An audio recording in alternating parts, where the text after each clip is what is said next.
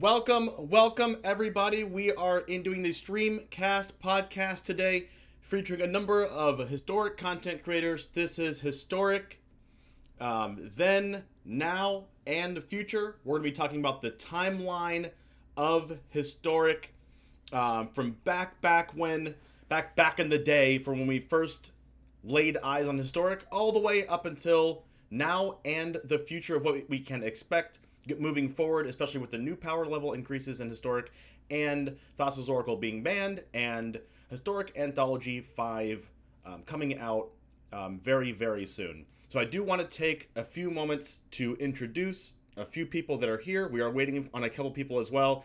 They are still in the Insight Esports event. I believe they are also doing coverage as well, so you can go watch them if you'd like as well. I'll go ahead and start with ZanSyed and work my way around. ZanSyed, introduce yourself and maybe your background of playing Historic as a whole. Yo, I'm Zan, and yeah, I mean, I wasn't really enjoying Historic until this particular anthology came out. I mean, Strixhaven came out. I felt like Brainstorm and Faithless Looting and all these new cards took the format to another level. Otherwise, I felt like it was like playing previous standard formats. So, that's been my experience so far. I think this is the best I've felt since probably New Phyrexia standard. Yeah. Yeah, we can definitely talk about the players who maybe have an eye on modern or other formats that have joined Historic because of the new power level increases. That's a good thing to talk about. Gavin, introduce yourself. Okay. I'm Gavin. I've been playing Historic probably just about a year and a half now. So I didn't play at like the beginning of the format, but I kind of played after like Field of the Dead got banned, and so it was like Gruul and Wilderness Reclamation were like the two decks, and then those kind of got banned, and Winota got banned, and then Sultai was the best deck, and then that got banned, and now we have all the Strixhaven cards. So I've played through all the like formats and stuff, and I agree with Zan that this is like the best Historic's been. There's like so many decks, and there's like a lot of things you can do. So I'm like excited to talk more about it. All right, and Chris Botelho. Hey, I'm Chris Botelho. I'm currently a member of the Rivals League, and I do a lot of streaming on Twitch. I've been playing Historic pretty much since it started, mostly with a focus on competitive play and prepping for tournaments, and still miss Wilderness Reclamation all these years later. I have a special place in never close to my heart about Wilderness Reclamation. Jeff Hoogland. How's it going? I've been doing Magic content for a long time, been on and off of Historic since it was added as a concept to Magic Arena. I always loved Magic's non-rotating formats in general, so when Arena was getting one, it definitely was something I wanted to be in on the kind of ground floor of. But I agree with Zan that it's become a lot more kind of desirable, interesting format since it stopped being kind of standard plus in various forms, has really taken on its own kind of background or nature with the addition of the Strixhaven archives.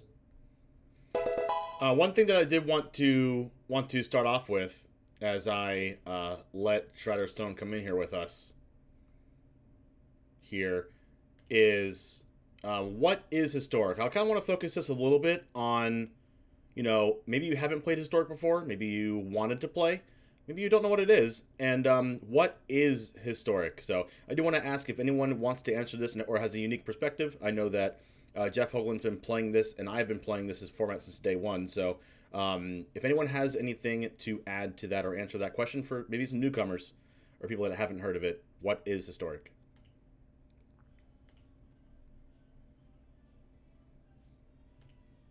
I can pick somebody. No. Historic was the answer to a question, and the question was, what on God's green earth do we let these arena players do with their cards once they're no longer standard legal? And it kind of felt like at the start, like Wizards didn't really know what they wanted to do with it, but it really feels like it's come into its own as they've figured out, oh, this is something that can be unique as far as Magic goes, because it's not just the non-rotating format that gets bigger as new standard sets are added, but it grows in the reverse direction as well, kind of living up to its name, gaining cards from Magic's history via historic anthologies and other avenues as time goes on. Yeah. Does anyone else have anything to add to that? Zan, you wanted to say something? Yeah, I was just gonna say, people were asking to like have an older format. This just felt like an easy shortcut to get people to spend more money on these gold like wild cards. Like, I mean, it like this format just requires you to spend way more money than I feel like standard does. Yeah, and I think if they didn't implement historic, they would have had to do something with the older cards, kind of like what Jeff said. And they would have had to give us something. They would have had to give us wild cards or dust or vault percentage or something, and they probably just didn't want to do that. Yeah. And honestly, even for, non-monetary jaded reasons, I'm glad that historic kind of came into its own thing. Because I'd be kind of sad if Arena was this only standard platform. I think Agreed. what Magic does as a game better than any other digital card game out there. Someone's like, Jeff, why should I play Magic instead of any of these other competitors? And it's like, well, Magic has lots of formats because it has a rich history with a deep card pool, and historic really lets them leverage that in a really elegant way. And we can even talk about historic just being, more money than standard or being an expensive part of the game. We've seen that in a lot, like every other non-rotating format in Magic. Like I don't know. I don't really want to go as far as to say they're supposed to be more expensive, but can we talk about that as well? Well, it's where your price point comes from, right? So like, your first historic deck's probably going to be 150, 200, 250 bucks, but now that the format's really started to stabilize in power level, that deck's probably going to be reasonable and legal, a year from now, 2 years from now, whereas standard is $100 today, $100 6 months from now, another $100, a year from now, etc. I really want to touch on the fact that I can play a deck regardless, unless a card gets banned and you really can't play it anymore, like the Sultai Uro type deck. We haven't really seen, like, I know Chris Botelho has made a deck that's like kind of similar to that with no Uro, even now, like a Sultai Flash kind of deck, but just the way the deck plays and is not comparable to what it used to be. But I would say most of the time you can build a deck. Let's say you're a Merfolk player and you just love Merfolk. Like it can only go up from here. We can only get better Merfolk. They're probably not gonna ban like Regery or anything like that, right? If you're a Merfolk player, you can get the deck once and you'll always have the deck. Yeah, that's pretty much true, and it's relatively powerful still. You can still win on turn 4 or whatnot. Well, and it's the same with elves. Elves are still really, really powerful. Ever since Jumpstart came out, you've pretty much had that turn 3, turn 4 win. Coco Angels, ever since Coco came out, that's pretty much always going to be powerful until they do something. But pretty much, and Goblins, anytime they ban something, they would have to ban something. But any deck that wins on turn 3 or turn 4 can just consistently be really good. I feel like it's an illusion, because if you just look at the way Modern progressed, basically when Modern got to the point at which pretty much everybody had access to all the top tier decks. This was when like Infect, Burn, Dredge were kind of like the trifecta. Tron and Amulet were there as well. They just printed Modern Horizons 1, right? What did that do? That like made it so that everybody had to basically start over. If they wanted to remain competitive, they had to invest a ton of money in all of these new decks that were created from this huge power spike. So Strixhaven plus the anthology is like close to that, right? Where let's say you owned all of the decks. Let's say you owned Orzhov, Auras, and Jund Sacrifice. You own majority of the format.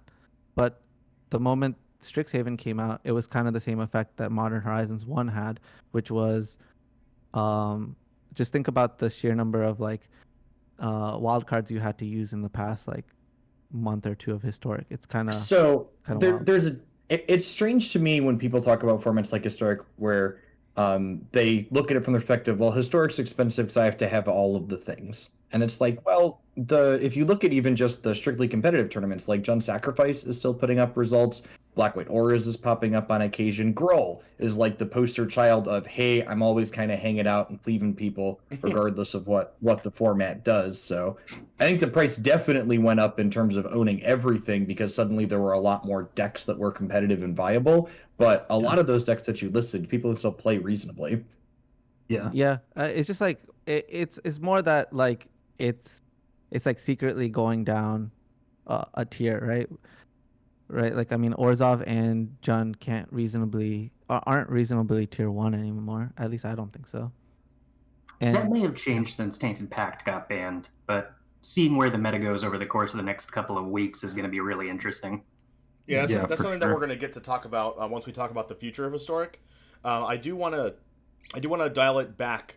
I want to travel back in time here and talk for those of you who have not played Historic before, or maybe you play Historic right now and you're really into it, but you don't know how it started.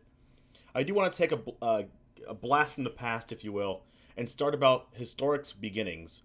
At the beginning of Historic, it was basically Standard Plus, but it was basically just Standard.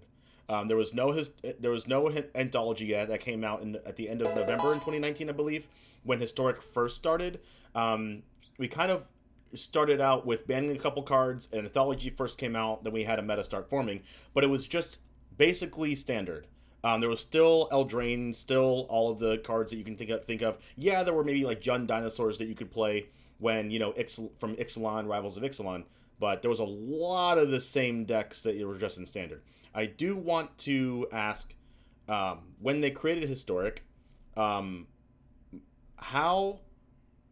is it different from other non-rotating formats like Pioneer, Modern, Legacy, etc.?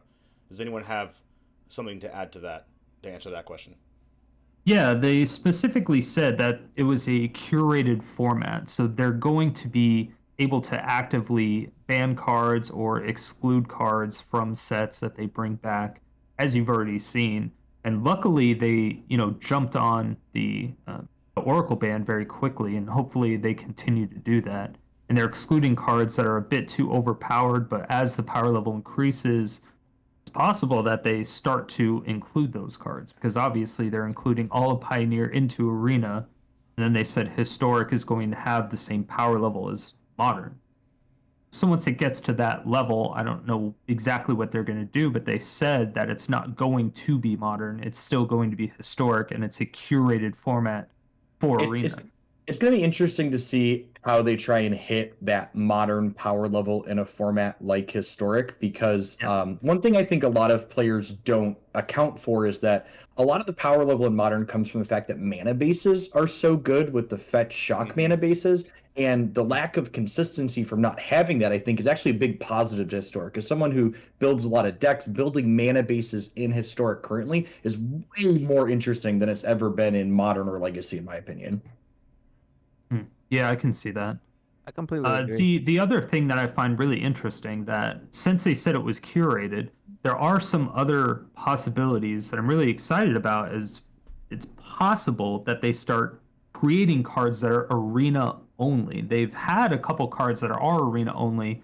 They're not good. They're like commons. It's like a generic 2/2 for 28 mana or something like that, It's like not good cards, because then obviously people would be like, why didn't you print this in paper? We want this in paper.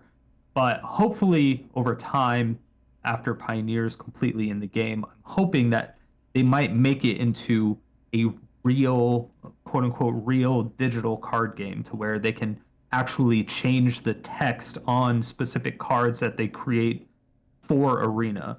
That's my hopes. I just don't know if that's going to happen, but that's what I hope. That's what I hope. These Zoomers, we used to have to walk uphill in the snow to our Magic formats. Exactly. Well, on that note, there was the news of that Mirror event that's coming up here some point in the future, that's going to include banned cards, supposedly with different changes, that might be an interesting precursor to seeing cards Yeah. like Oko or Teferi re-entering Historic in a changed context. Yep, it is a total waste, in my opinion, that we have cards that aren't legal in any format on Magic Arena that exist on the platform. And I think that, they can even satisfy paper boomers by saying, like, okay, this isn't, Teferi Time Raveler, this is Teferi Time Traveler with the same artwork but a different stat line and a different slightly different mechanics, that we rebalance this in a way that's fine. And this is Oko, Thief of whatever, and he's fat now instead of having abs. So, like, it's a different card technically. Yeah, if Historic can have Brainstorm, Historic can have a slightly chubbier Oko. Yeah, and another thing to add about how it's different than how maybe it's different than a non-rotating format. I have a lot of friends in real life that kind of discount Historic as a format, and if they're thinking this, then maybe a lot of other people are thinking this as well. They're saying that's just a COVID fad format, and we like our paper Pioneer, and it's gonna have a surge after COVID. Now I don't think that's wrong. I think it probably will, and the lack of fetch lands in that format does kind of lend itself to being a better format due to the mana base problem that you were talking about, Jeff. So how do we distinguish? I don't know if distinguish is the right word, but if someone likes Pioneer and they like the paper Magic format of it, can they find similar ground with Arena? How do you think that works out between Pioneer players that are kind of like salty about Arena gaining its popularity and actually having Pioneer as a single standalone format that is recognized by and having big tournaments for and things like this in paper when that happens? I mean, all these Magic formats can coexist, right? Like, Historic will eventually be a superset of Pioneer, just like Modern's a superset of Pioneer, right? And like, Modern existing doesn't make Pioneer any less valid, just like Historic existing won't make it any less valid. And eventually, I'm going to enjoy having both Pioneer and Historic on Arena, because variety's the spice of life. Let's play lots of different things. Right. I agree with that. It's just the idea that the Pioneer players that I know in real life discount Historic as a quote-unquote real format. I think they're just jaded or being big baby bitches that their format is being outdated or pushed out. But once Pioneer's in Arena, I think there's going to be I think it's going to revitalize Pioneer or make it larger. But I mean, if people are complaining about it, they just stop complaining. I don't understand really. It doesn't make any sense to me. But then again, I don't play paper, so I guess I don't really have an opinion that anyone should care about on that subject. I'm just gonna say this. Pioneer's dead. It's not worth anybody's time. So the cat's out of the bag. Yeah, I mean, it's just dead. So I mean, what I think is gonna happen is so I feel like, how like what's a good way to put it? So Legacy has like this very devout following, right? But I feel like it stopped growing at a certain point in terms of like new players entering that scene. So Modern was like kind of like what Historic was, and Pioneer was starting to become what Modern was before that, and SCG was like a major part of that.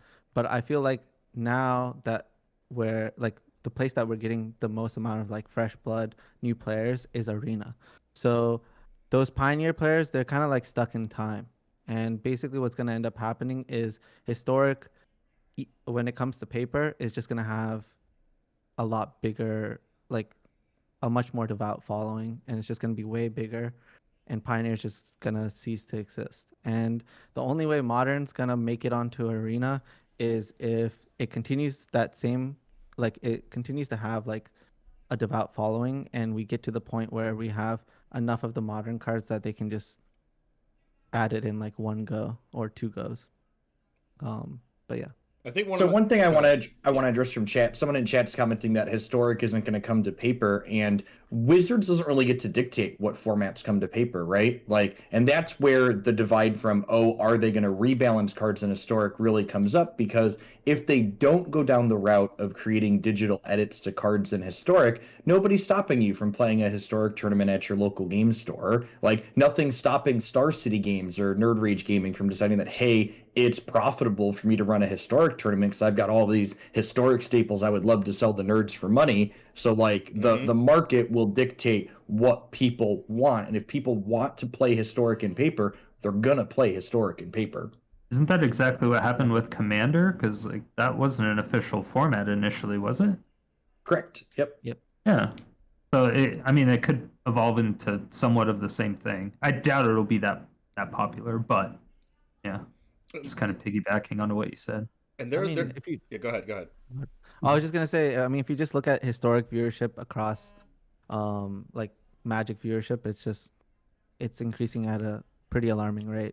I think it's tough to gauge the future of Historic off of the current popularity of Historic, because it's definitely objectively true to say Arena is the most popular way to consume Magic content today, and Standard's not in a great spot, right? So that means people that want to consume Arena content constructed are drifting towards Historic now, and we'll see Standard kind of reset in the fall when Eldraine finally goes away. So I think what happens like December of this year will kind of dictate Standard versus Historic, when hopefully they're both in good spots. Yeah, but I feel like Standard's just gonna continue to be what it's been for the past 2 years or 3 years, which is like a starter deck format where everybody just plays whatever starter deck that Wizard prints. But I think that Historic is just going to be different from that. It has a completely different feel. Like, fixing problems by adding rather than subtracting just gives the whole format such a positive take that I honestly just have never seen. Like, Tainted Pack got banned, but like this is like the most positive I've ever seen the community after a ban. Yep. There is a notable bottleneck on Historic's ability to move into paper, which is every single card in Jumpstart. The prices on those cards are pretty high, and in a world where they actually start being popular, Muxus might be like a $200 card if there's a Historic Grand Prix and no reprinting, which is something that can be fixed, but for the time being, that would be something that I would view as limiting some people's ability to engage with specific decks at the very minimum. I mean, that's always a limiting factor in Magic, paper Magic especially, though, right? Like, look at the price of Scalding Tards or, God forbid, an Underground Sea when you're talking about legacy players. Like, you know, Magic's a luxury hobby. It's always been expensive. It's always going to be expensive. I think Historic is probably noticeably cheaper than Modern. Or I don't know how expensive Pioneer decks are, so maybe you can help me out on that if any of you play Pioneer. I know, Jeff, you played a little bit of Pioneer. I'm not sure about anyone else. But I know there's some cards in Historic that are, you know, if you want to play Elves and you want an Allosaurus Shepherd, like, you're going to shell out $400 for that card. For 4 copies of that card. So there are specific cards in specific decks, whether you have to play them in the deck or not. But in general, if you pull up the deck or the winningest deck of that archetype online, you find that card, and maybe it's $100 a copy, maybe it's $80 a copy. Not to say that anyone's not, like, if I was an Elves player and there was a Historic tournament coming up, I don't care if it's a local event. If Historic tournament's coming up in paper, I'm paying $400 for Allosaurus Shepherds. That's just how it's going to be. I'm just going to do that if I'm an Elves player. I mean, I'll never be an Elves player, but if I was, I don't think I would have a problem with that. Yeah, so a little bit of back context here. My day job is that I work at a Magic card store, so I spend a lot of time familiar with the availability of sets, and Jumpstart releasing right as COVID kicked off and all the supply lines were messed up at the beginning. The physical, just the number of cards available seems to be pretty different compared to a lot of other sets. Currently, there's not a lot of demand for those cards, but there are enough Scalding Tarns out there in existence that if 400 people want to play a play set of Scalding Tarns at a Grand Prix, they can pay a lot of money for it and do it. I don't know if there are enough Muxuses out there for 400 people to decide they want to play goblins. Yeah, but like, I mean, even look at the digital tournaments we've had where availability is not an issue, right? Like Goblins isn't even really being registered that much anymore, right? And like Elves is barely a blip on the map. Like it's not like, in fact, I played Elves on stream the other day and then promptly deleted it off my website because it was so embarrassing after the set that we played. So like, you're right that there's like edge cases where like availability is going to be an issue, but like the average is like, you know, look at the top 4 decks or 10 decks even in the format. Like how many jumpstart cards in those decks have availability issues? It's like 0, right? Yeah, availability is not going to stop anything. Like, and I don't think Best of One is ever played in paper, right?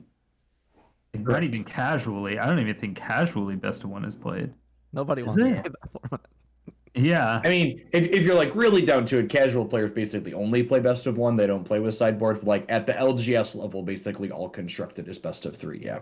Yeah, exactly. Because I'm historic only since it came out, and I'm best of 1 only because there's almost none of those out there, or there used to not be. There's a lot more now, but I think whenever I was going into LGSs, I think I always had a sideboard. It was just always there from even, I mean, probably after a couple weeks after I started playing Magic, I always had a sideboard. So I don't even think, and those are the only ones that would constantly have Elves and other decks all over the place, like Goblins and things like that. That would drive up the prices, I think, on a lot of those Jumpstart cards. But outside of that, like there's anything.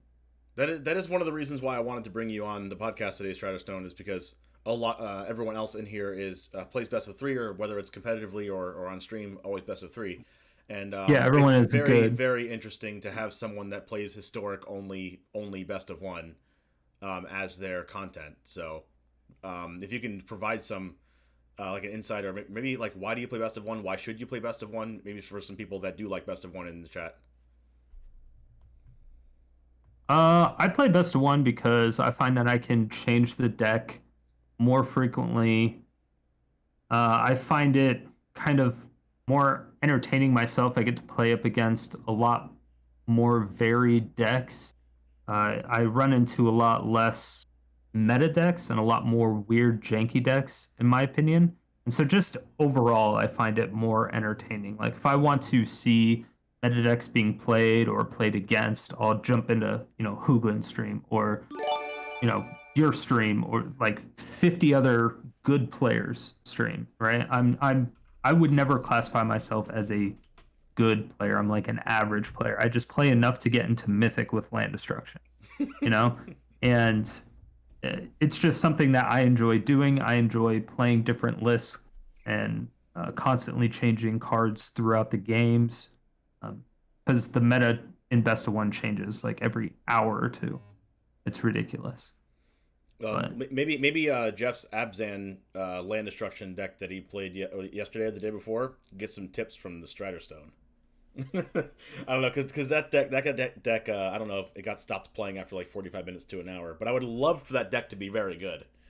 I actually just built an Abzan land destruction deck last night, and it's up to like 20 games with a 69% win rate. Nice. It's pretty good so far, but Primal Amulet is the new hot fire, I'm telling you. Nobody's playing Brazen Borrower right now. I'm like, sweet. During the last Hooglandia Open, I was playing Best of 1 Tainted Pact. I just casually had 100%. That's hilarious. Probably played like 10 or 15 matches in Best of 1. It was like the best of 1 deck ever. I'm pretty positive. Wow. Okay, well, let's go ahead and get into November 2019. These are the formats that were in Historic. Ixalan, Rivals of Ixalan, Dominaria, M19, Guilds of Ravnica, Ravnica Allegiance, War of the Spark, M20, and Throne of Eldraine. And Standard at the time was rotated. I believe it just rotated. Not sure the exact rotation timeline there because I didn't look that one up. Yeah, Eldraine was rotation. Okay, so it's accurate that all of these were in Historic, and these were the only sets in Historic, right when Historic came to be in November 2019.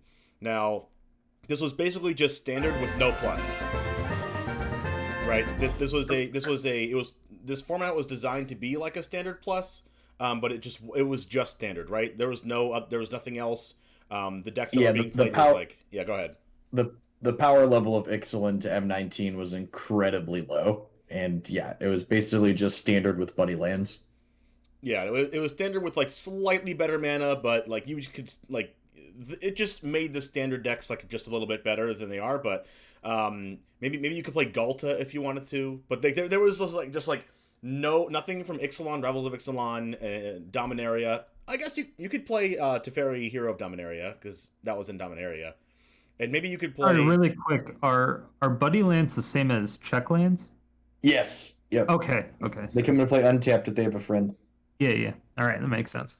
I've never heard that before, so I wanted to. I will say I really love that our cycles of lands like have pathway in all of the names now, so we can just have like objective names like these are pathway lands instead of like whatever the community decides to try and call them. Yeah, these are like flip lands. I don't know, but I just like that they're called pathways. Oh, they're called flip lands? I didn't even know the name. No, I just made that up right now. I don't. Oh. I don't can't see exactly. Yeah, I don't. I thought your community called it that. No. Zan, you just missed the wave. They're flip lands the entire time. I hate pathways. I hate them so much. I can't stand them in historic because buddy lands. they fuck up buddy lands, and it bugs the shit out of me. I'm like, oh my god, I would rather run the dual cycle lands for 2 colorless, even though they come into play tapped. I would 1000% rather run them, but I'm most likely incorrect in that that opinion. For those of you that were playing in that format, this is right before. This is a couple, 3 weeks, maybe a month of this at the most, before Field of the Dead, Once Upon a Time, Oko, and Veil of Summer were suspended / banned out of Historic. So, if anyone was playing Historic exactly when it first came out, when all these cards were still in Historic, what was the meta like at the time? What was your favorite deck to play? What were the problems with it? Did you like playing these banned cards? What decks did you play, or did you like this? I'll start with Gavin since he hasn't said anything yet. When I started playing then, I mostly played, I think it was Gruul, because like Field of the Dead was just so, like you couldn't really play Control because Field of the Dead was like the best thing you could be doing and Control couldn't keep up with it. So I mostly played Gruul at that point. But I didn't really play like too much then. It was more so, I think, was that when Wilderness Reclamation and Gruul were like the 2 decks at one point? Because that's when I started playing like the most. I think it was the Lotus Box Invitational was like my first big historic event, and the 2 decks were like Gruul and Reclamation were just the 2 decks you were playing in that format. Is that when Fires was in too? Yeah, Fires was there too. Carolyn top-8'd with Fires, right? Yeah. So I mean, it was okay. Like I've liked the historic like after that. So I didn't really play too much then. So like someone else might have more insight on that format than me, but I remember Gruul was like what I played. I remember Jeff, you had the Hoots #1, I believe, during this time, or maybe it was a little bit after this, but it was just Nexus of Fate and Gruul. I believe that was the first one, wasn't it? Or do you remember differently than me? You're gonna make me go look now at my coverage page. Oh no, no, you don't have to look at that if you don't want. I thought that April. I thought it was before that. Yeah. My first one was because April 12, right around 2020. Right around when Eldraine came out, I got in an accident. I was in the hospital for like a month and a half, 2 months. So I missed like the entire Oko meta. Like I missed the whole thing completely, and apparently I was really lucky. But yeah, missing that whole thing was great. But I remember seeing the Hoots one. So I don't know if that was before or after. I don't recall, but yeah, this is before Field of the Dead, Once Upon a Time, Oko, and Veil of Summer all got suspended, and then they got suspended right before Historic Anthology 1. So this is before Soul Warden, Fauna Shaman, Burning Tree Emissary, before all these cards. Yeah, my first event was after that. There's definitely Burning Tree Emissaries in here. Okay, it was after that. Okay, so before that, it was just standard. It was just standard plus, but standard still had these cards in it. I'm pretty sure they didn't get banned out of standard yet. But this was just the beginning, bare bones when Historic first came out. Moving on to Historic Anthology 1 right after that. Field of the Dead was suspended, and then Field of the Dead was brought back right afterwards after Historic Anthology 1. In that anthology we had Sarah Ascendant, which was played a lot. We had Soul Warden, Treasure Hunt, Goblin Matron, Elvish Visionary, Fauna Shaman, Imperious Perfect, Burning Tree Emissary, Mind Stone, and Ornithopter, which I thought were some of the best cards out of the Historic Anthology. So go ahead. You actually missed a really important one in there, because part of the reason why they unbanned Field of the Dead testingly was they put Virulent Plague in Historic Anthology 1. Oh, I meant to write that down. I had it in my head to write down because it was an important card, but I didn't write it down. Yes, Virulent Plague I meant to write down. That was kind of their effort to like, okay, it was Ghost Quarter in that one too. Ghost Quarter was in one of the anthologies as well. I don't remember if it was the first one or the second one, but I feel like Ghost Quarter was in the first one. Like those were their two, like, can we answer Field of the Dead and put it back in the format? Right, and did we have Field of Ruin at that point, or was it just Ghost Quarter? No, we definitely had Field of Ruin, but Ghost Quarter had widely been considered the more powerful of those style of tools. Ghost Quarter was Anthology 2. Was it? Okay. Okay. I didn't even know it was in the format. I was going to say, I didn't know Sarah Ascendant was in the format still. BBD posted one of those images, like, check all of the cards that are historic legal, and it's just like this mess of cards. That's one of the things that's tough about this format. You want to talk about paper, like, figuring out the person sitting across the table from is like, is that card legal? Like, well, which sets are legal? I don't know. Fucking all of them are legal, man. It's like someone plays you're playing a creature deck, like a red based creature deck, and your opponent plays Phyrexian Obliterator, and then you just like go cry in a corner somewhere. Like, is that card legal? Hopefully it's not. Yeah. Judge. But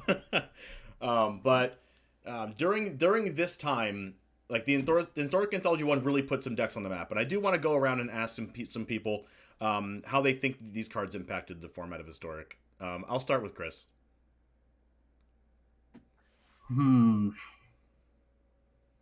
See, I'm probably going to be a bad person to ask for most of these early sets, because, spoilers, it's not until about August 3rd that Wilderness Reclamation gets banned, and I'm not sure I ever played a different deck in that entire time period.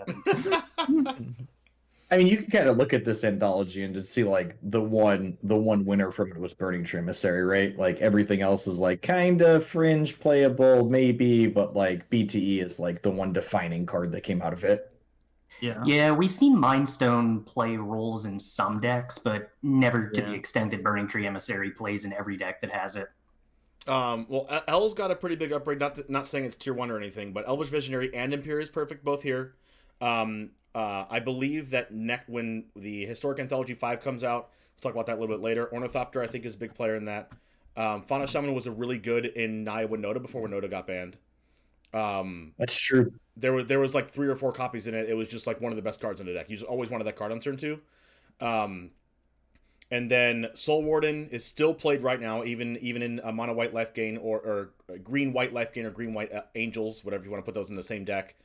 Sarah Ascendant was played for a very long time in that deck before new cards came out. Treasure Hunt is a whole different category in itself. I'm so glad that's banned too. So glad. Wait, what's banned?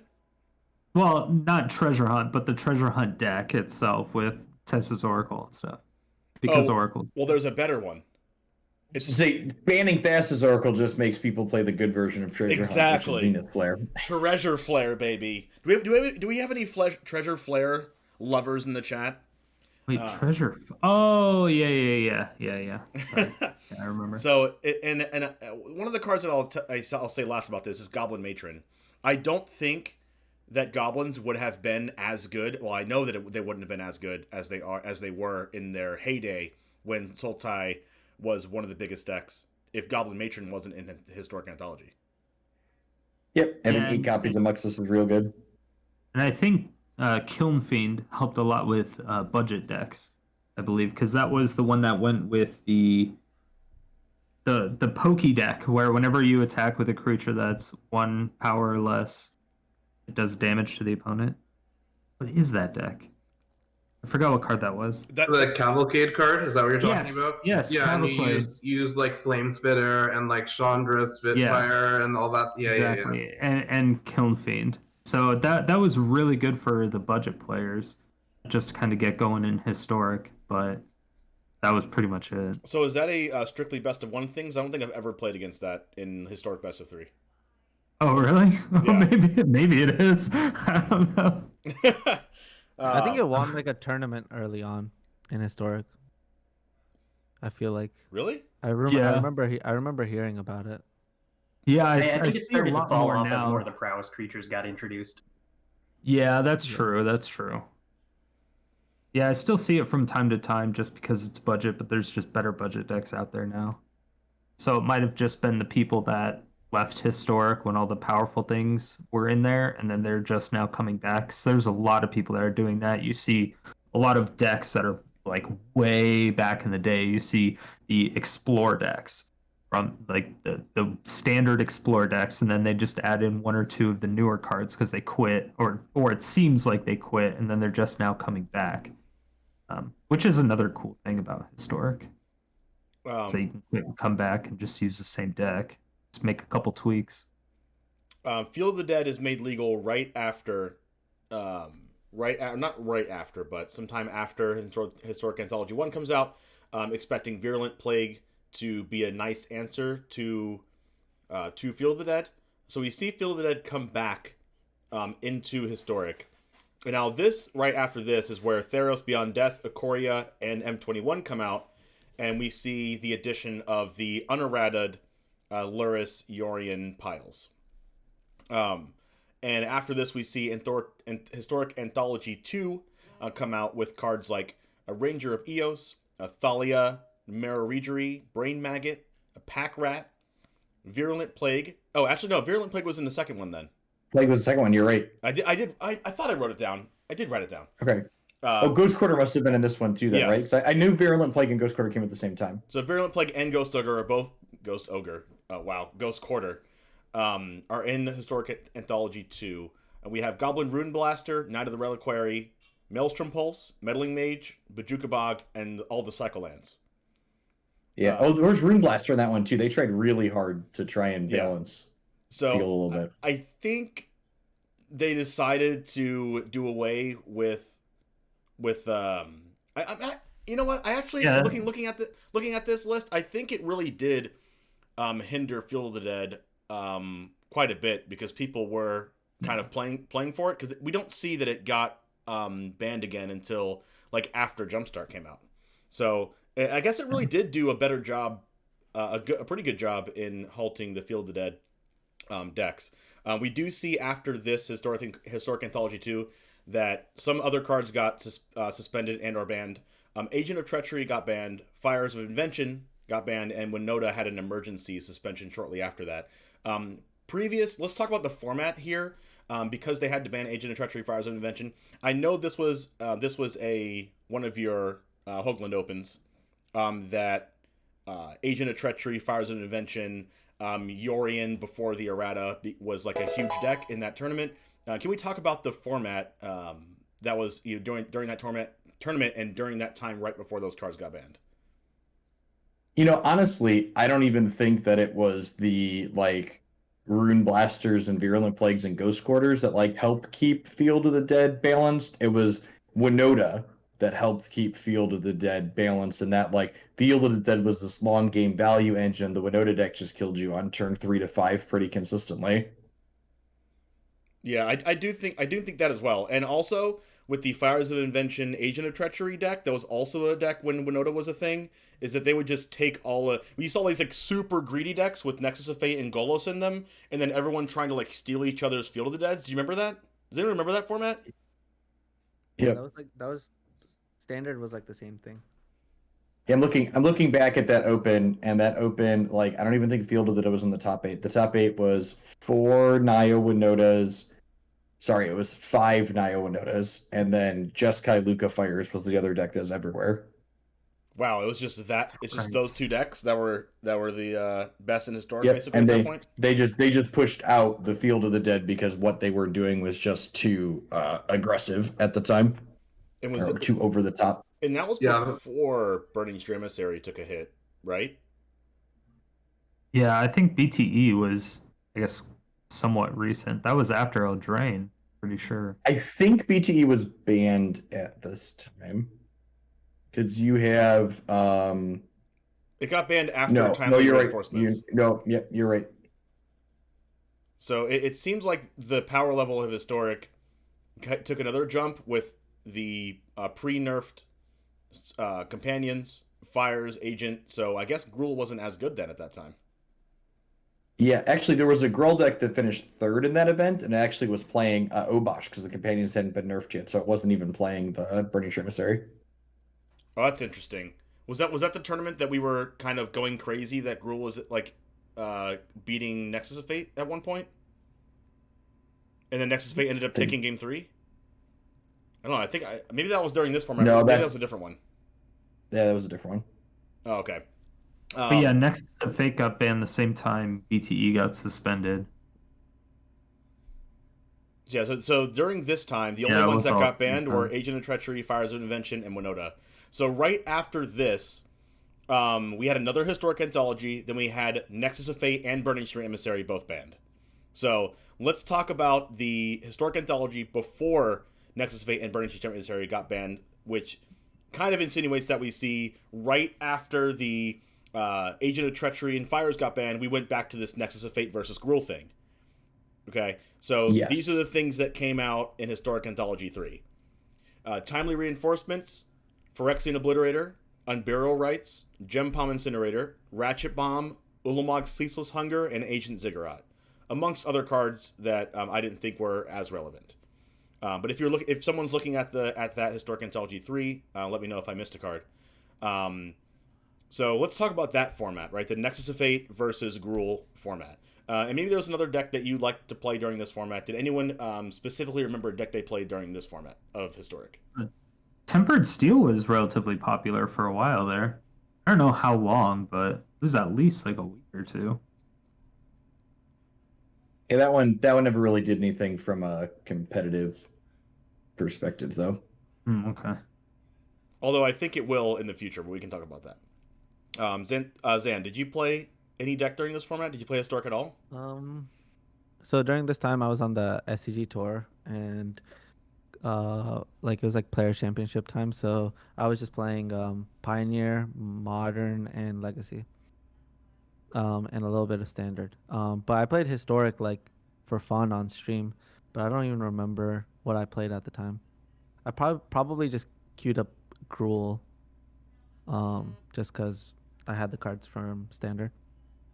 Was it still Reclamation for you, Chris? Yep.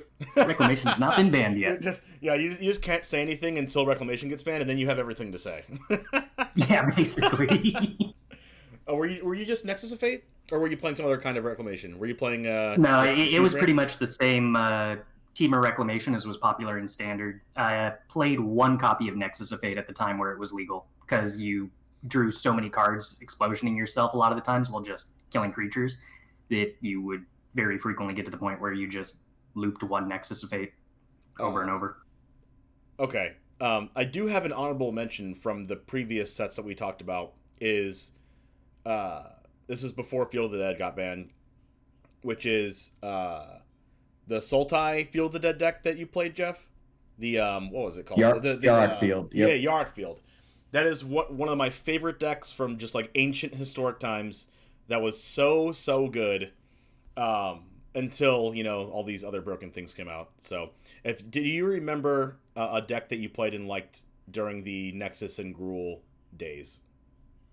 That was still when Yarok Field was legal. I liked that deck better than the other more linear field decks because you had cheap removal and grazers to block against Gruul, and then you had unmoored egos against Nexus of Fate, which was your harder matchup but not impossible. I do remember this. I remember exactly this. I played it. I believe I played it in either a Hoots or I got like High Mythic, and I kept playing against Nexus of Fate decks and like barely losing. They're at like 2 life and they get like and I have like 18,000 zombies and they end up taking all the turns. It was kind of feels bad for me, but that was still like I was still playing that deck as well. So Historic Anthology 3 comes out, and like I said, I already saw the cards, but a couple of cards I think really shaped the format during that time that aren't really played anymore is Timely Reinforcements. Now, Gruul was like a really powerful deck during that time, and it hadn't got touched, right? Because Agent of Treachery, Fires of Invention, and Winota got banned. So like Gruul comes back, as we were saying, and Timely Reinforcements is a huge card that's played. Phyrexian Obliterator kind of saw fringe play. And Burial Rites didn't really see much play until like kind of recently when like Mizzix Mastery comes out and like all these things. Gem Palm Incinerator good against what's it called? Good against and when you are the Goblins player. But I don't think any of these cards here were a huge player as much as Timely Reinforcements was at the time. And correct me if I'm wrong. Yeah, I'm pretty sure that's right, because I think that's when also like Bant Reclamation started being like Bant Nexus might have been a thing because they started splashing like Timely Reinforcements because it was just free and it helped like the aggro matchup a bit, I believe, or that might have been a bit later. But I remember like Bant, it was like Blue Green Nexus, and then like Bant became like the deck after that. Yeah, but I don't know if that's. I was pushing that deck a lot. Teferi was for the mirror match, right? With Teferi at the time? Yeah, you played Teferi. I believe they played like a one of Nissa or one of Brazen Borrower or something like that, and they also played Wrath of Gods, right? Or it wasn't Wrath of God at that point. It was what was the Shatter? one? Shatter the Sky? Shatter the Sky. Yeah. I still see that card in Historic from time to time, and my brain goes crazy. But it's a great card when you have indestructible creatures. Yeah, when you have indestructible 4-power creatures and you get to draw a card and wrath them, it's pretty good. So I think this is also the set where Mirari's Wake and Akroma's Memorial come in. Yep. And both of those start being really interesting ways to try to tech out Field of the Dead mirror matches. Oh yeah, I remember that. I never came across that, or I never had that idea. But so this is new to me, Chris. Did you try that? Mirari's Wake made all of your zombies 3/3s compared to their 2, in addition to just letting you, what is it? Golos activation, like twice as much because all your lands are making double mana. And Akroma's Memorial meant that your zombies had flying and haste and protection from their zombies. Yeah. Did anyone else come across like the Field of the Dead mirror match playing Mirari's Wake? So around that time in Standard, I'm thinking, so we were playing like a Fae of Wishes, Field of the Dead deck with Golos, obviously. So we had like effects like that. So I'm assuming it's like the same exact time. I mean, it makes sense if it was ported over from Standard, and they had a Wish board, it was kind of free to play. Yeah, I agree. I've tried Mirari's Wake a couple times. And it's always been, just a little either too clunky, or I drew multiple and didn't draw any action, or I don't know. Maybe it would be better if I had like Crawling Barons at that time to just make a huge Crawling Barons unaffected by everything, or not everything, but and just like use all of your mana every turn. But a lot of the time I noticed that I had all this mana that I couldn't use, and I had like multiple Mirari's Wakes, and it was annoying. But listen, James, there's a reason why you didn't list it on the list of cards you called out from that anthology. It's Mirari's Wake is a cube card. Thank you. It's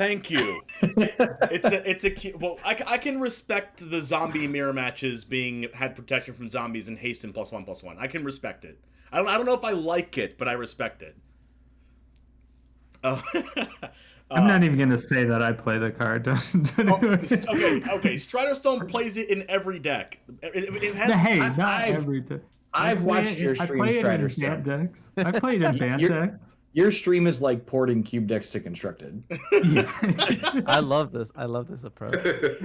That's pretty accurate. I'll say that. I'll say that. If anyone has watched StriderStone's decks, if there's green and white even mentioned, there's 4 Mirari's Wakes going in. Like, you know that already. Yeah, usually. Yeah, because you'll have that, and then you just use Dawn of Hope, and you just pump Dawn of Hope tokens, and it's fantastic.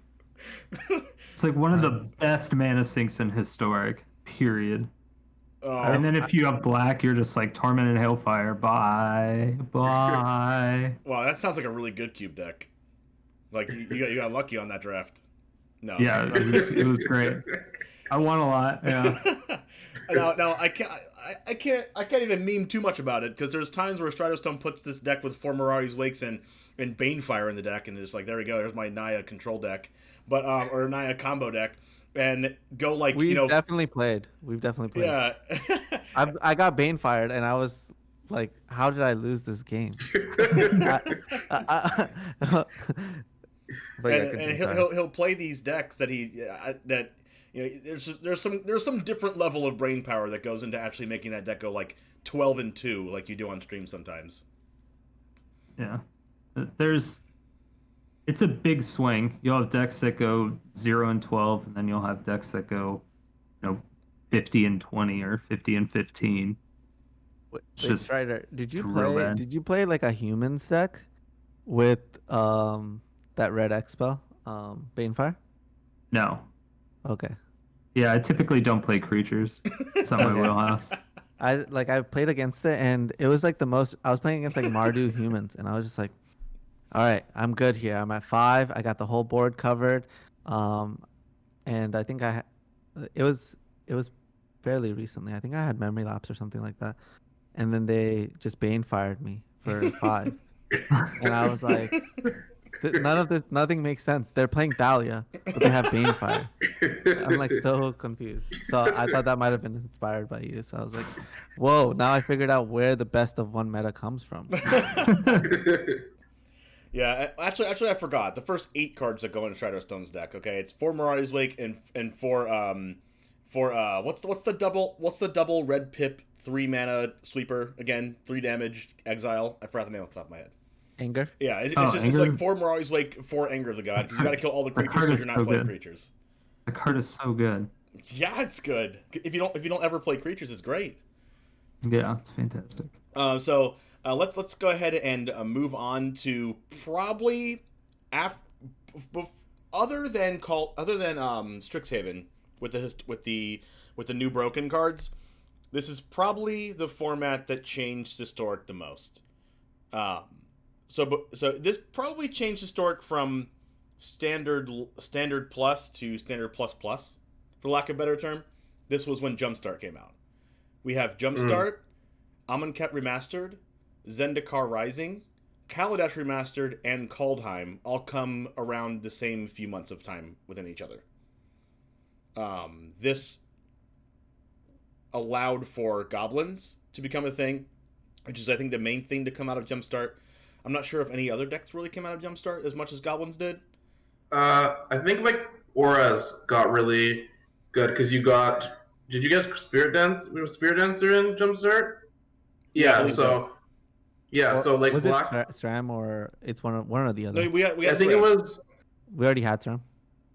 Yeah, I think it was Spirit Dancer. Because I remember like I played an SCG and I like lost in the semis to Bolin Zhang, and he was playing Black-White Auras, and that was like the first time like that deck has really been a thing, because before everyone was just playing Blue-White Auras because you had like the +1/+1 lifelink one, and you had the Curious Obsession and counterspells and stuff like that.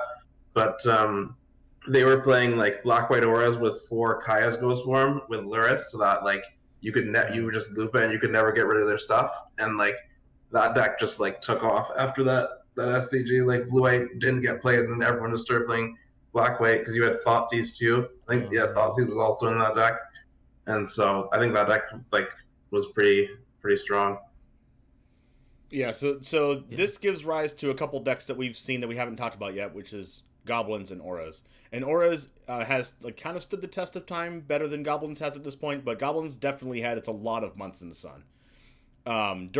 We watched Auras evolve and iterate a good bit too over the course of its lifespan too, right? Because like originally Auras was a blue-white deck, if I recall, that was like super linear. It played like Ileads of Life Bounties and the dog that sacrifices to protect something. And while there are still some more linear iterations of that, the more popularized versions at this point are the more kind of mid-rangey controlling ones that are playing things like Dead Weight and Mire's Grasp and stuff like that. Yeah. Yeah, I think it was prior to Kaladesh Remastered and getting SRAM, the blue-white version was popular, and then getting the fifth through eighth version of the 2-mana Pants Lord effect was what switched him over to white-black. We got Thoughtseize too at some point in that timeline. Yeah. Yes, we got Thoughtseize in Amonkhet Remastered. We got a lot of cards in Amonkhet Remastered that I didn't have time to write down. But Collected Company. We got Collected Company. We got Glorybringer. We got Wrath of God. This is one of the time periods in Historic that kind of just made Historic one of the things that it is today. Just a huge power level buff with all of these cards. I don't even think Kaldheim did too much for Historic. Does anyone remember anything in Kaldheim that is very good in Historic to this day?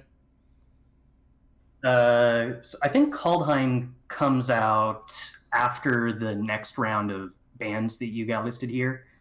Right, I think so. Binding the Old Gods? That's Kaldheim, right? Yeah, that was relevant in the the Jund Sacrifice lists. Yep. Mm-hmm. Allrin's Epiphany was good in Adventures, if that was your flavor. Oh, yeah. And like Ultimatum, I guess Ultimatum wasn't. That was like way down the line from that. I think so. Ultimatum's Ikoria. Yeah. Right. Well, the Sultai Ultimatum wasn't ever played in Historic, to my knowledge, or very very fringe, before Omniscience and things came out. Right. Righteous Valkyrie was there too. I think it was because like I think the Omniscience version didn't happen until like later on. I think at first it was just like Ultimatum with like better mana, and you played like all the same standard cards, but you just had like Shocklands and stuff, so your mana was better pretty much. Yeah, I remember people messing around with Ultimatum, but I don't remember it actually ever having success until Allrin's Epiphany started giving it kind of like the time walk piles that actually were unsolvable. And Valky, which was the same set. And we can talk about Zendikar Rising in the pathways, adding an additional form of mana fixing for Historic as well, which I think is pretty relevant. I know that I'm playing 4 pathways in my current deck. There's a lot of decks in Historic that are playing 4 pathways, especially 2-color decks. And it just throughout all of the sets that we're talking about, the mana base in Historic just becomes better and better. Even though we don't have fetch lands, I know it's not as good as if we had fetch lands, but it's still getting better and better as the sets go on. I'm kind of happy that there isn't like fetch lands beside Fable Passage, because like Jeff was saying earlier, it makes you have to like work a lot harder for your mana bases, and it rewards good deck building a lot more than if there is like fetches, because then it'd be just like Modern, where it's just like, okay, I'm gonna play all my shocks, I'm gonna play this fetches, throw some basics in there, and call it a day. So, yeah, I think that's all. That's like cool for Historic. That like gives Historic its kind of own like, what's the word I can't think of the word I'm trying to say, but like its own sort of like thing that keeps it separate from like other formats.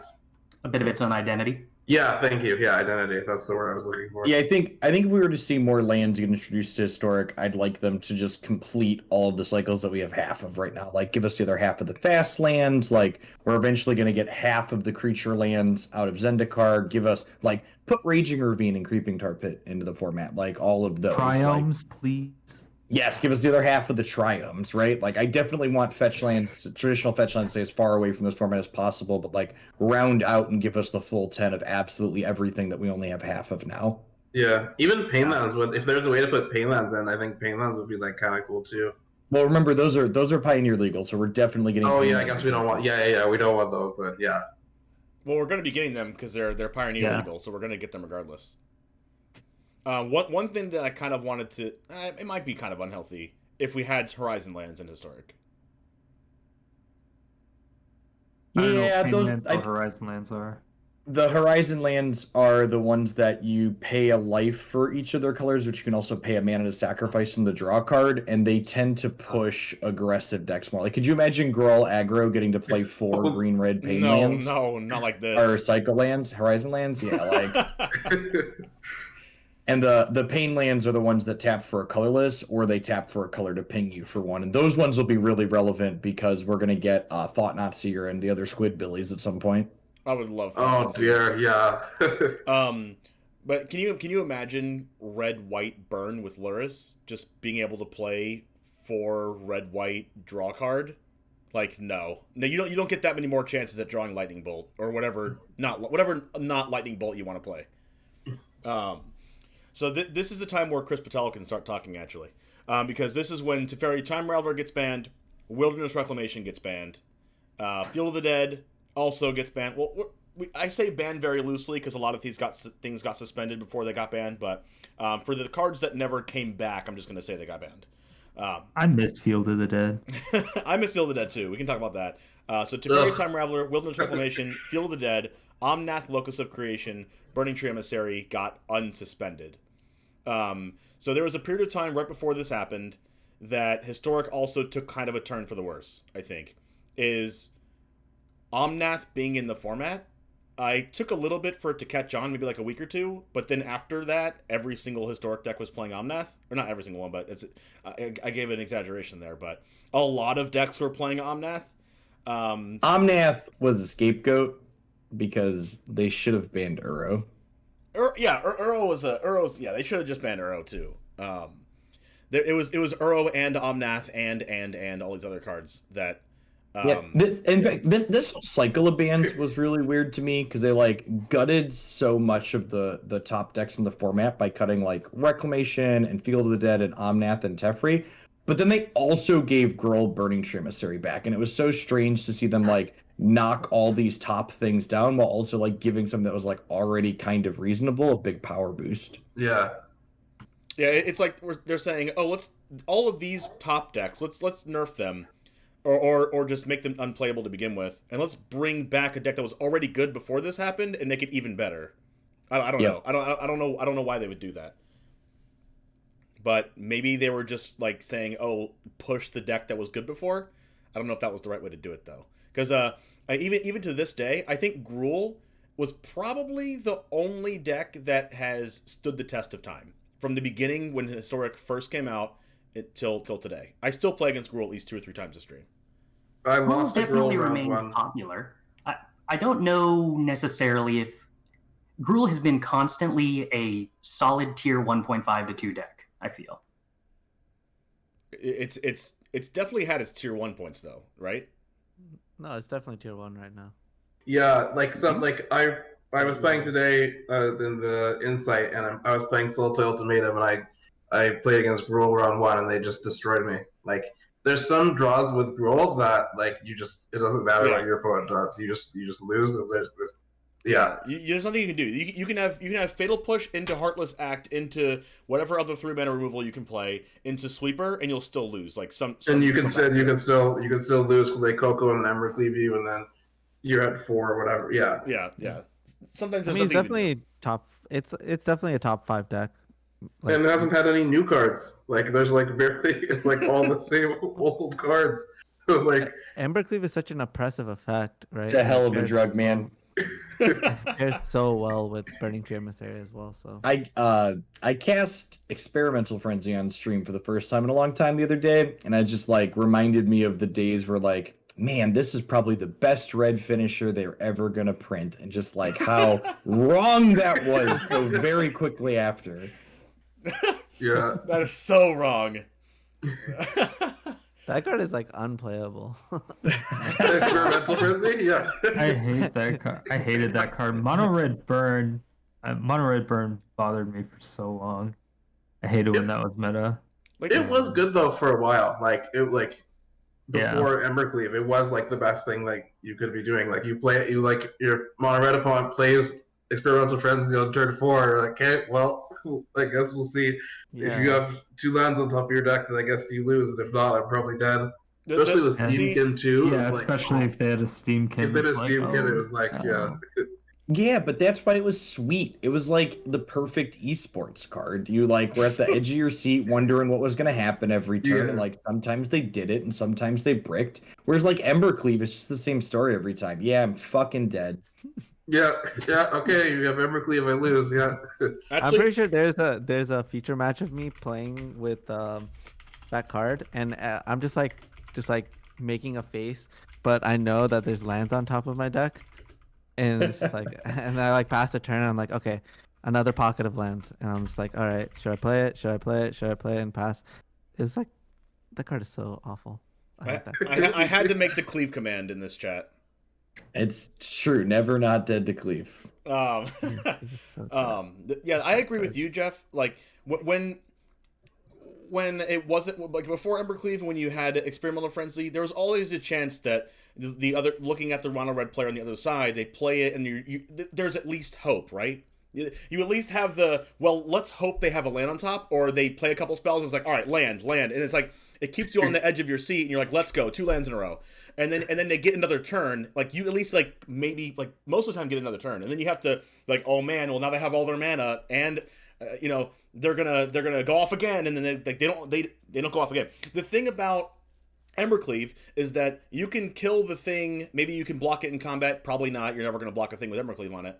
But even if you can survive, you're at 2 life, and then they still have the cleave. So every single other Llanowar elf or whatever thing they draw can now kill you. And you have to have you have to either kill the Embercleave or kill every single creature they play for the entirety of the game. I think it wasn't Jerry Thompson saying Embercleave was gonna be the field of. He was the one who originally said Embercleave was the field of the dead killer. I think he wrote an article about it, and he's like, yeah, this card's real and then Embercleave.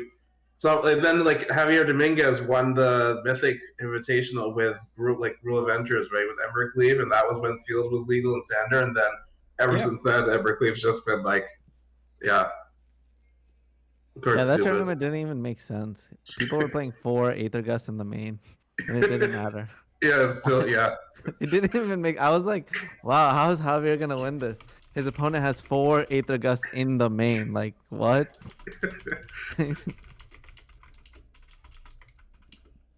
All right, so moving on to after Burning Tree Emissary comes back and all those other Field of the Dead, Wilderness Reclamation, Teferi Time Raveler, things like that get banned, we go to Historic Anthology 4. And there's not a lot of good cards in here, and I've left a lot of them out, but I can name 4 cards that I think have left an impact. And if you'd like to look at Historic Anthology 4, feel free, be my guest. But the cards I have written down here is Declaration in Stone, Death Shadow, Cold Steel Heart, and Blinkmoth Nexus. Now, wow, way to disrespect Merit Leech's Slumber. I had hope and for that card. Cold Steel Heart. I said Cold Steel Heart. Oh, okay. I had and hope. Triumphant Reckoning. Triumphant Reckoning. I had with hope Mythic's for Mastering now. Well, just casually left into the north out of Historic Anthology 5 too. The snow is coming for you, James. Oh no. I'm so excited for Into the North. That's actually finally a rampant growth. Now I don't have to play these stupid explorers and Wolf Hollow Havens. Just no, it's better. It's closer to Farseek than rampant growth. You can put some snow duels in your deck and fish it up. Yeah, that's true now with this. Yeah. I honestly think we should have just brought back one of the 2 mana ramp spells that makes the land come in untapped. Right? No, Into the North gets Faceless Haven too. Come on now. Oh wait, what? Yeah. Really? Oh wait, okay. Yeah, that might actually no be plans, useful. man. It's probably good. Why do I feel like it's the most useless card ever? I'm super excited about it because it's a guaranteed ramp, and that's one of the things that I really like about Wolfwillow Haven, because it's guaranteed. It's also one of the things I dislike about Explore. Probably the only thing I actually dislike about Explore is that it's not guaranteed land. And most of the time, well, all the time, early game, I would much rather have guaranteed ramp than anything else, because you can do something late game like Valakut Awakening, Faithless Looting. There's a lot of things you can do by getting rid of whatever useless card that you have in your hand. Yeah. I hate Explore. I specifically go ahead, Zan. I was gonna say I don't even understand what deck this card fits into. What does it fit into? Listen, Dan, I'm gonna need you to take your spiky playing to win attitude and let us casuals have some fun for a moment. Yeah. Yes. It's just worse than Explorer and Growth Spiral. Wouldn't it be anything that needs it's 4 mana it's drops? different than Explorer and Growth Spiral. The guaranteedness of it is nice, because to like hit your extra lands consistently with something like Explorer and Growth Spiral, you realistically need to be playing like 27, 28, sometimes even 30 lands based on what consistency you want. Whereas like you draw this card, it's a guaranteed extra land on turn 2 without needing those lands in your hand, right? It's more of a Boreal Grazer to Land War Elves comparison. No, I agree with that. It's just more like what does the top end look like when this anthology comes out, right? And most of the top end looks like Sultai Ultimatum or 3-color shells, right? So I can't imagine cutting Triomes to fit in like these snow taplands to fix your mana for Into the North. Even just snow basics is fine too. Like besides Redain being kind of annoying. Yeah, like I can't imagine you play more than like 1 or 2 snow duels, if that. Yeah, exactly. Because like also like that kind of proves the point because it's a guaranteed ramp into your ultimatum. Yeah, I like recently now with Jeskai being popular in Historic, there's like way more Narsets being running around now. So like Growth Spiral and Explorer are just like really bad against like Narset. So being able to just like play like I would much rather play Into the North over like Explore. Yeah, it's definitely better than Explore, but Growth Spiral is like Growth Spiral is insane. Yeah, like you can just Growth Spiral on their turn. Well, sometimes some decks don't play blue. I don't understand it, but it does happen occasionally. Yeah, I mean, it's just like getting harder and harder because these ramp decks need to have some sort of interaction, so it's got to be either blue or black. Otherwise, a memory lapse is like a time walk. I have to mention something. People ramp with green cards. People always just discard their magma opuses to ramp. Yeah, you just use Proctor and Lotus Field, and you're fine. Like in the past, I know that yesterday I played 20 matches, and I played against some form of blue and red in the same deck at least half of the time. It's either Jeskai combo stuff, or blue red. Transmogrify into my 5/5 dragon and take all the turns. It is is it Phoenix? It's like every deck that can play Magma Opus and Mizzix Mastery. They're like just all over the place right now. I don't know if anyone else has had that same experience, but over half the decks I'm playing, and you played against a lot of decks, Jeff, every day, and so does everyone else that plays here in Historic. Is it that way for all of you right now? We're definitely still in the honeymoon phase of the metagame after the most recent ban, where everybody's trying to figure out what's viable and hasn't learned what isn't. But this is the week following a big shift like this. I usually do find that anything and everything will show up.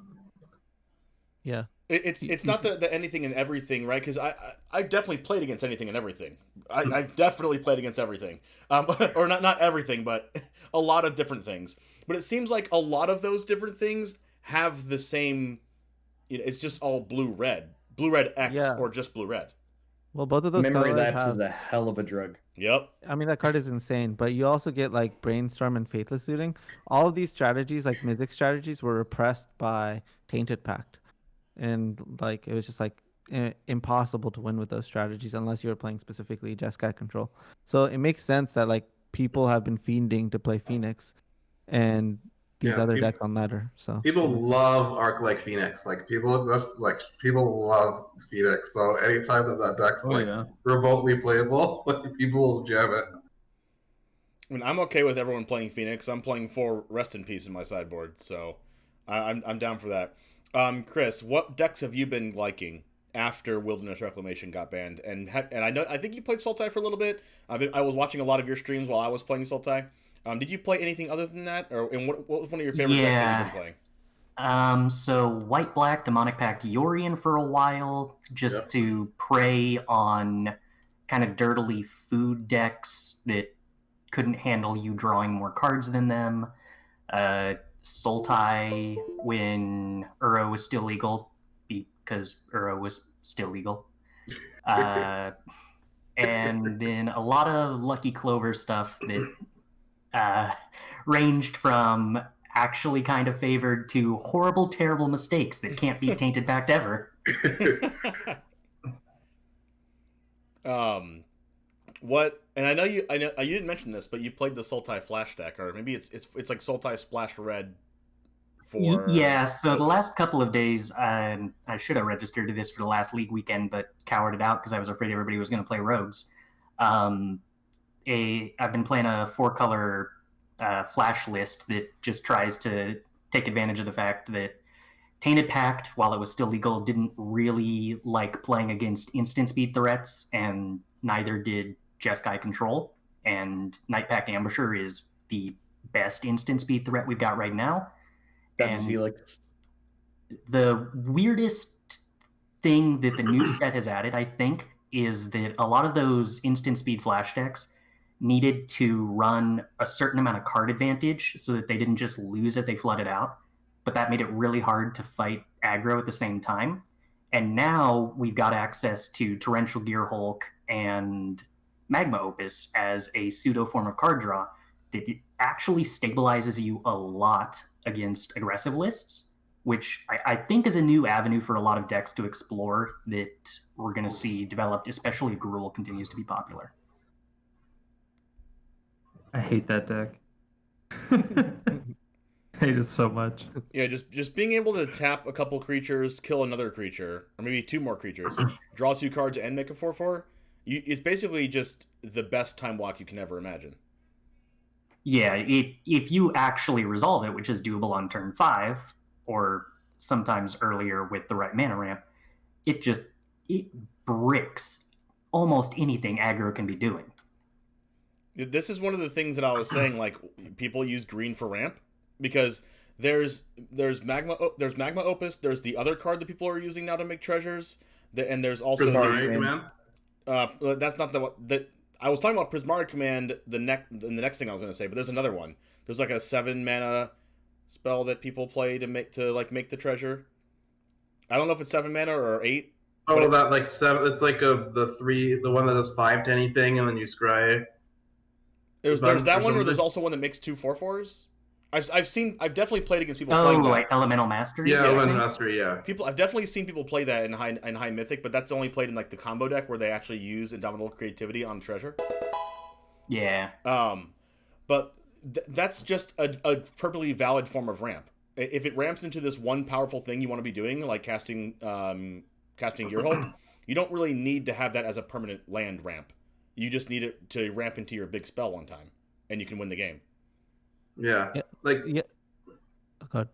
I was gonna say, like, one of the last SCG PTQs, I think, was when Jeskai, like the Mythic Mastery Jeskai deck, I think was like the first thing that, like, or first sort of deck where people started abusing it. Someone like 6-0 to qualify it, like one of the prelims, and then the next day, like, everyone was playing that version of the deck, and I think it lost in the finals. But because just being able to like make a 4/4, like draw 2 cards and like kill something if you discard Magma Opus and then Mythic Mastery, it was just like insane. And then obviously, yeah, with Gearhulk, it's just nuts. Let's go ahead, Zan. I was gonna say it's not that people are choosing for that to be the ramp. It's just a combo piece, right?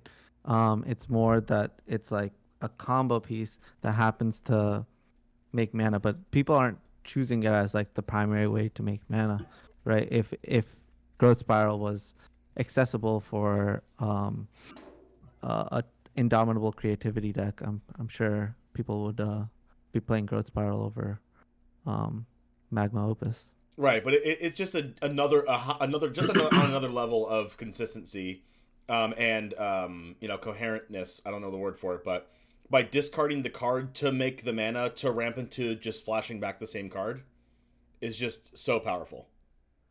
Yeah, no, I agree it's powerful, but I think that it's gonna start falling out of favor because it's like a combo. Like that part of the combo is like gets attacked by two ways that like people are attacking combo decks, right? Like if that combo uses the graveyard, right? We're starting to see just way more clings. And I played that deck in the Inside 5K this weekend.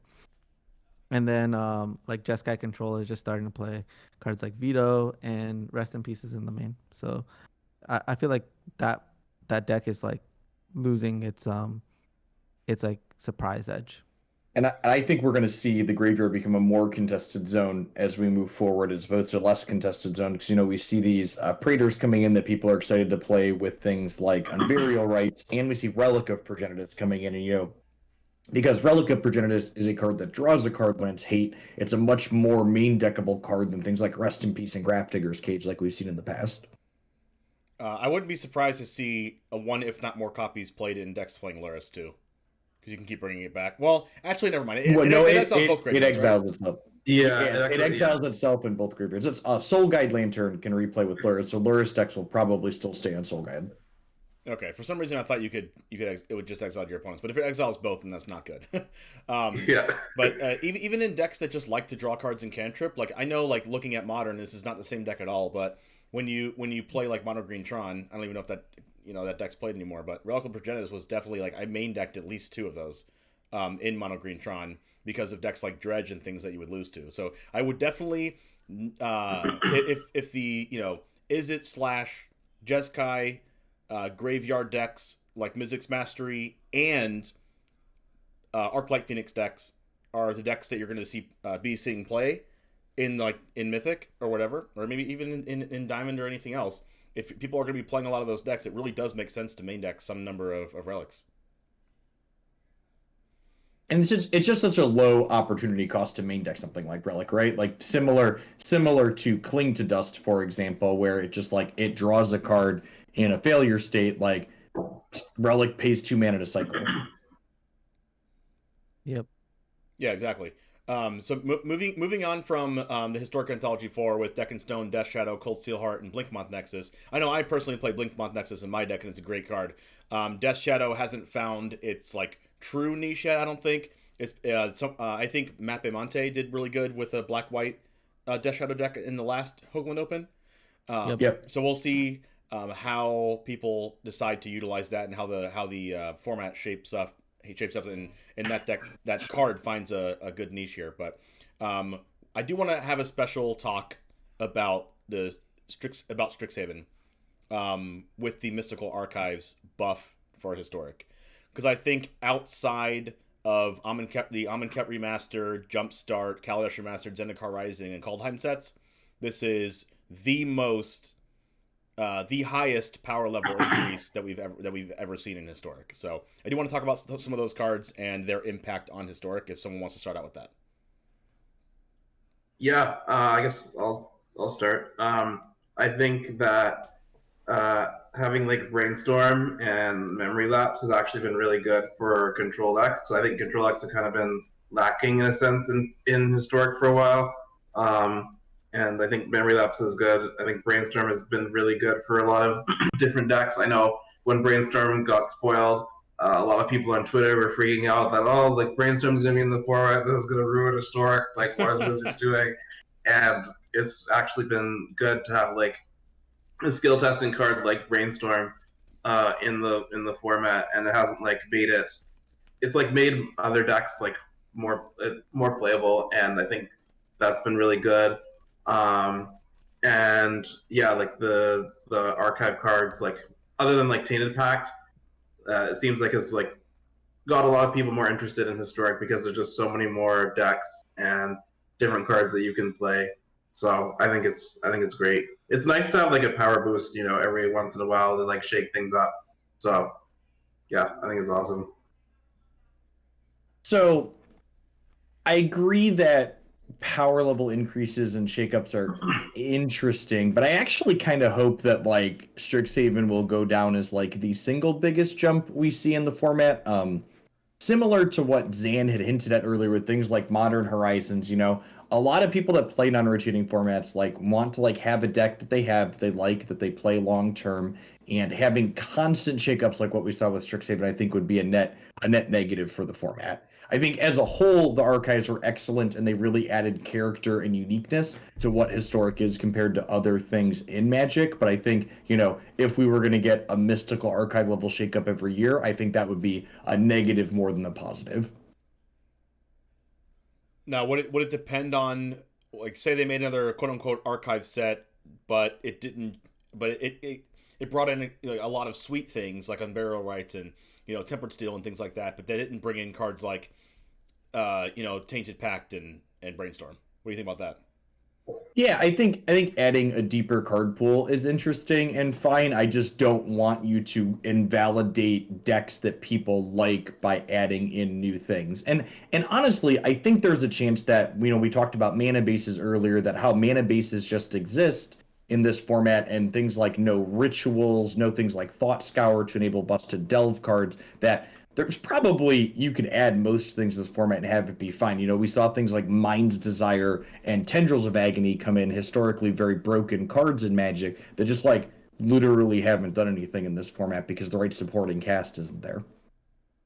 Right, you definitely have to be careful to not accidentally add a supporting cast card to one of these cards that are already very powerful into Historic. But I do like the idea of making more decks viable than invalidating decks that people are already playing. There's a lot of decks that we were going to get with the addition of Pioneer, like Delirium decks that people would love to play, right? And there's a lot of decks that people would love to play that might not be in Historic. Maybe they play them in Modern or Legacy or something. A lot of really good delve cards. I know Bedlam Reveler, people would like to play that card. Or just sweet cards that people like to play, or even whole entire decks that people like to play that aren't in Historic. I'm all in favor of just making those decks available for people to play. But putting something into Historic that would make someone's deck that they're already playing either invalidated or they have to change up the whole deck or something like that. I can't give you an example off the top of my head, but I think I'm super, super in favor of adding more decks in the format rather than shaking up the format like Brainstorm and Tainted Pact and things like that did. Yeah, and I think that's probably why I like Best of One so much, because there's so many more different decks. There seems to be a lot more aggro though, which kind of sucks. But yeah, and then as somebody who just started playing again since Jace the Mind Sculptor was out on paper, it's really interesting going back and adding all these new cards, or adding all these older cards that I don't even know about, and I'm sure that's nice for a lot of the newer players that just started playing because of Arena, or only started playing a year or two ago, or 3 years ago, or just before Arena came out. Just going back and being able to add all these cards to Arena, I think is really beneficial for those people. Please no Jace the Mind Sculptor in Historic. Well, I guess it's probably not that powerful anymore, but it could be. I don't know. I'm traumatized still.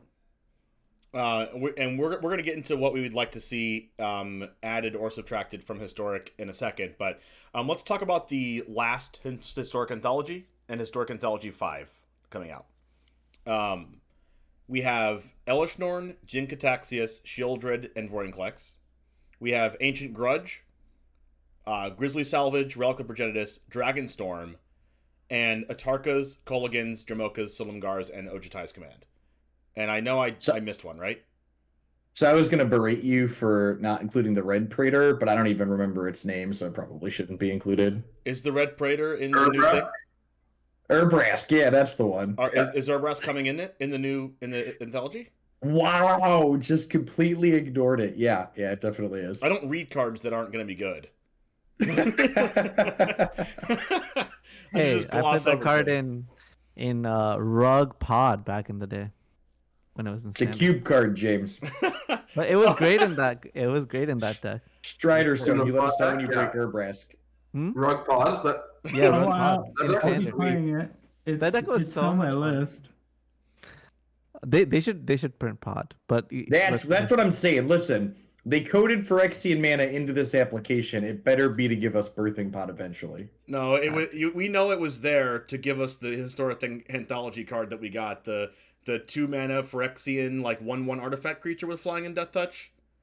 Oh, Vault Scourge. God, yes. Magic Zoomers these days don't know what a Vault Scourge is. Scourge. I'm Zoomer and Boomer. Actually, no, I'm just Zoomer. Yeah, I don't know what Vault Scourge is, but I saw someone vintage cube it one time, and I was like, oh, that card's coming out in the Historic Anthology.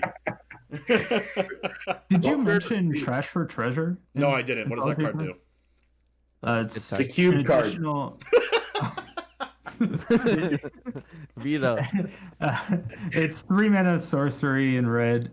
Sacrifice an artifact. Return target artifact card from your graveyard to the battlefield. Is that better than Refurbish?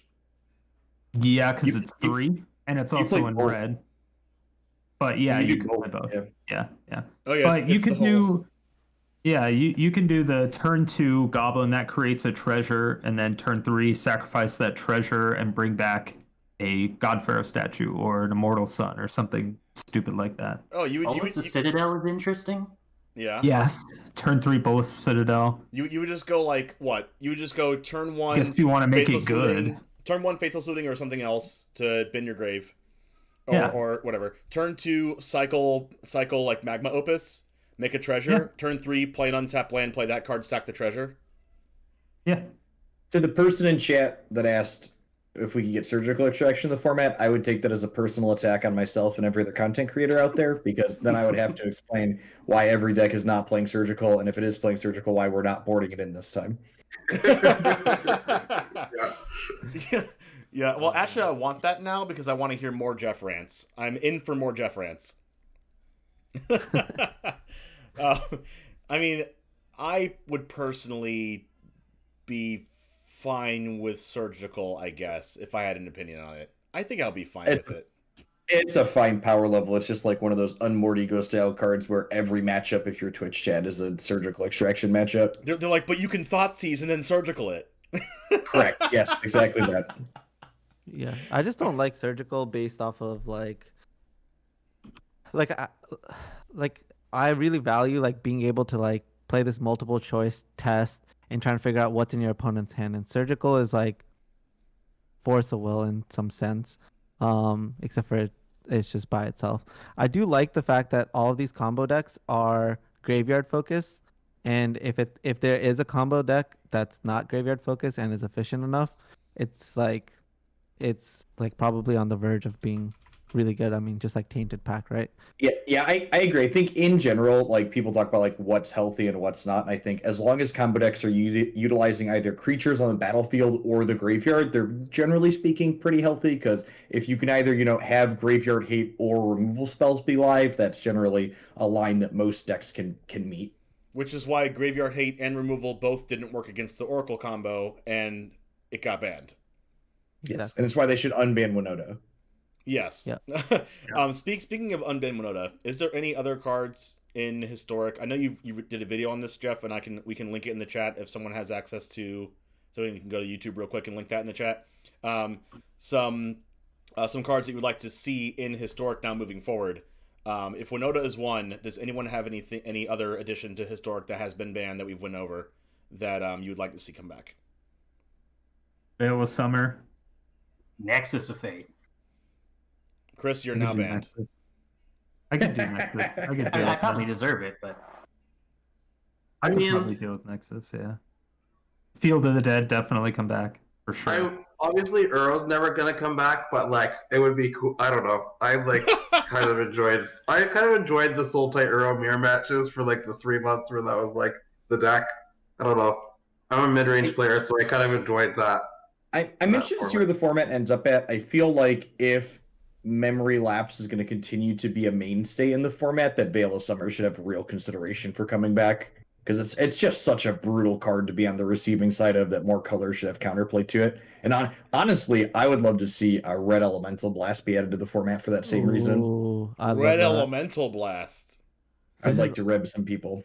Ooh. This is all making me think that Into the North is playable. one mana murder target Teferi sounds great. I mean, we have Fry, right? No, this is 1 mana, James. So cooler. It's way better. And Fry can't counter blue spells. The only reason why I would say no is because Phoenix and Jeskai are already too popular. I don't want them to like become the end all be all. No, I think Red Elemental Blast would push down Jeskai. Like obviously they would play it for the mirror, but I think whatever edges it would gain against other decks would be negligible compared to what other people would gain against it. Yeah. I'm just imagining like Burning Tree Emissary. Pyroblast your Oh no. your Teferi. This just sounds ridiculous. I do have a card though. the card that I have is not one that's banned. One I think that would be healthy for the format and fair, and I think is like a fan favorite is Deathrite Shaman.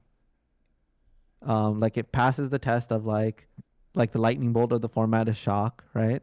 And then it deals with cards like Phoenix, and the ramp aspect of it is not too absurd because there's not that many fetches.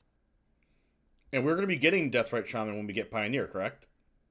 At some point, yep. I hope so.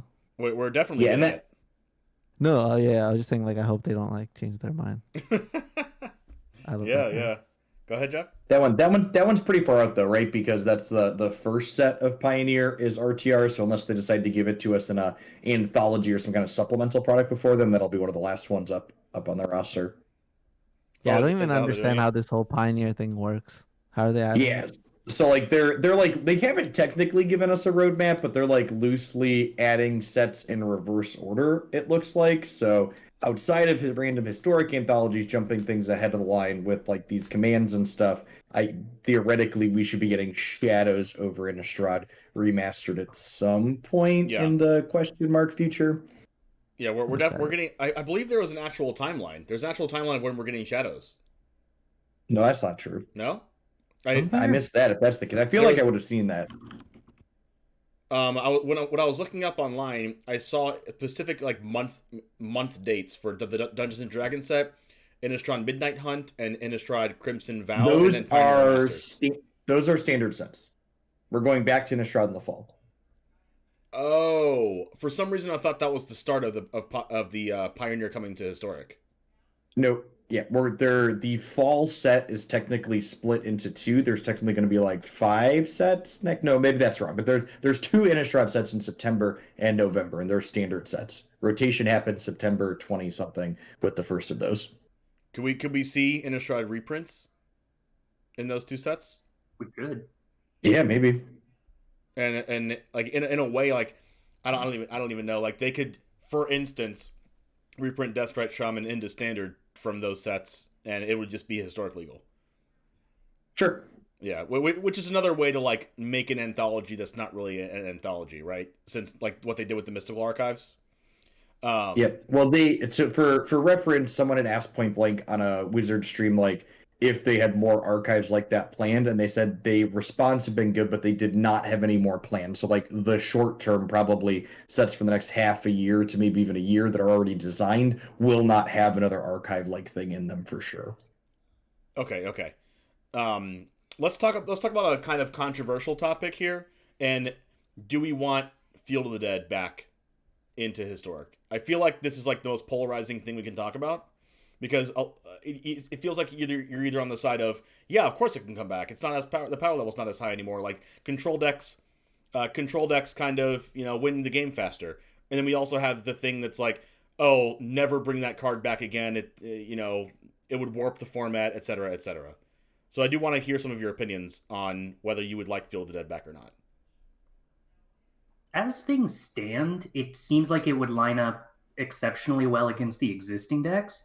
I don't know whether enough hate exists that the metagame could adapt to it, but if you gave one person access to Field of the Dead right now and made them play against the meta, I think it would probably be really oppressive. I don't actually see. I completely disagree with that. If you like look at the decks that are actually good, I think Gruul, as is, without changing a card, probably has a good Field of the Dead matchup with its Ember Cleaves and its Questing Beasts. And I think that's true of most of the aggressive decks. I think you look like the Velocamist combo decks, it just flies right over the top and doesn't care. And I think the big thing that would take a hit from it is what might be the best deck right now in Jeskai Control. And I don't even know that Jeskai Control is guaranteed to die to Field of the Dead anymore, because Shark Typhoon's a real messed up Magic card.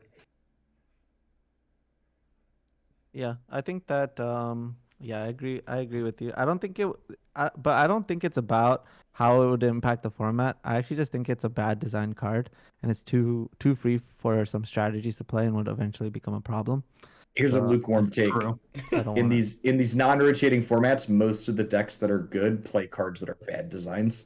Yeah, it's true, but like this effect is like so free. Like we just saw like a deck restriction in like Tainted Pack, right? Which is like it's supposed to be a heavy one, right? Like just look at Field of Dead. It's like one of every like different like you have to have like the requirement is just way too easy.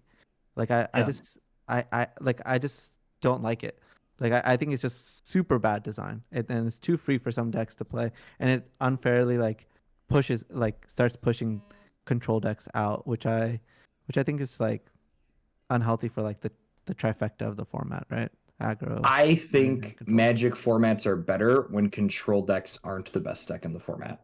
Agreed. I think Magic is a game that should be about playing to the board, and decks that play to the board generate what I would consider my subjective opinion. Almost did the meme. No, I heard my objective opinion. Better games of Magic. Games of Magic that involve attacking and blocking tend to be more interesting. The biggest true that has ever been said. I completely agree with that, but I'm not saying that. Like I'm not advocating for control to be the best, and I don't think it's the best right now. I suppose I don't understand, because if that was the case, how would you get mirrors where you play draw go until turn 7 and the first person to play a spell loses? True. It seems like that would make that harder to obtain. Isn't that the best way to play Magic? Yeah. I mean, I guess that's what my decks do. That's fair. So, but didn't most control decks back when Field of the Dead was legal? Didn't the majority of them run? Oh my God, what is that land that destroys lands? Field of 2 mana. Yeah, didn't like all of them run that? And don't they tried run like 2 of them? They never got to a point where they were actually favored against Field of the Dead. So the thing about Field of the Dead is there's always going to be a biggest, baddest, go long deck in the format, right? So like you have to decide, like, do you want I should concede here because they've untapped with their Teferi 5 for the 3rd turn in a row to be the biggest, baddest thing in the format, or do you want the Field of Dead that actually like kills you and doesn't make you concede because you're going to be dead 40 turns from now to be the biggest, baddest thing in the format? And Field of the Dead, I agree, isn't a card that you really beat by answering, right? Which is why I think the card to call out for the control decks that's really kind of changed the dynamic is Shark Typhoon gives things like Jeskai closing power. Like that's how you beat Field of the Dead, is you kill them. And also a lot of decks have so many tools. We've already went over a lot of these historic anthologies that have purposely put in tools against this. We have Field of Ruin.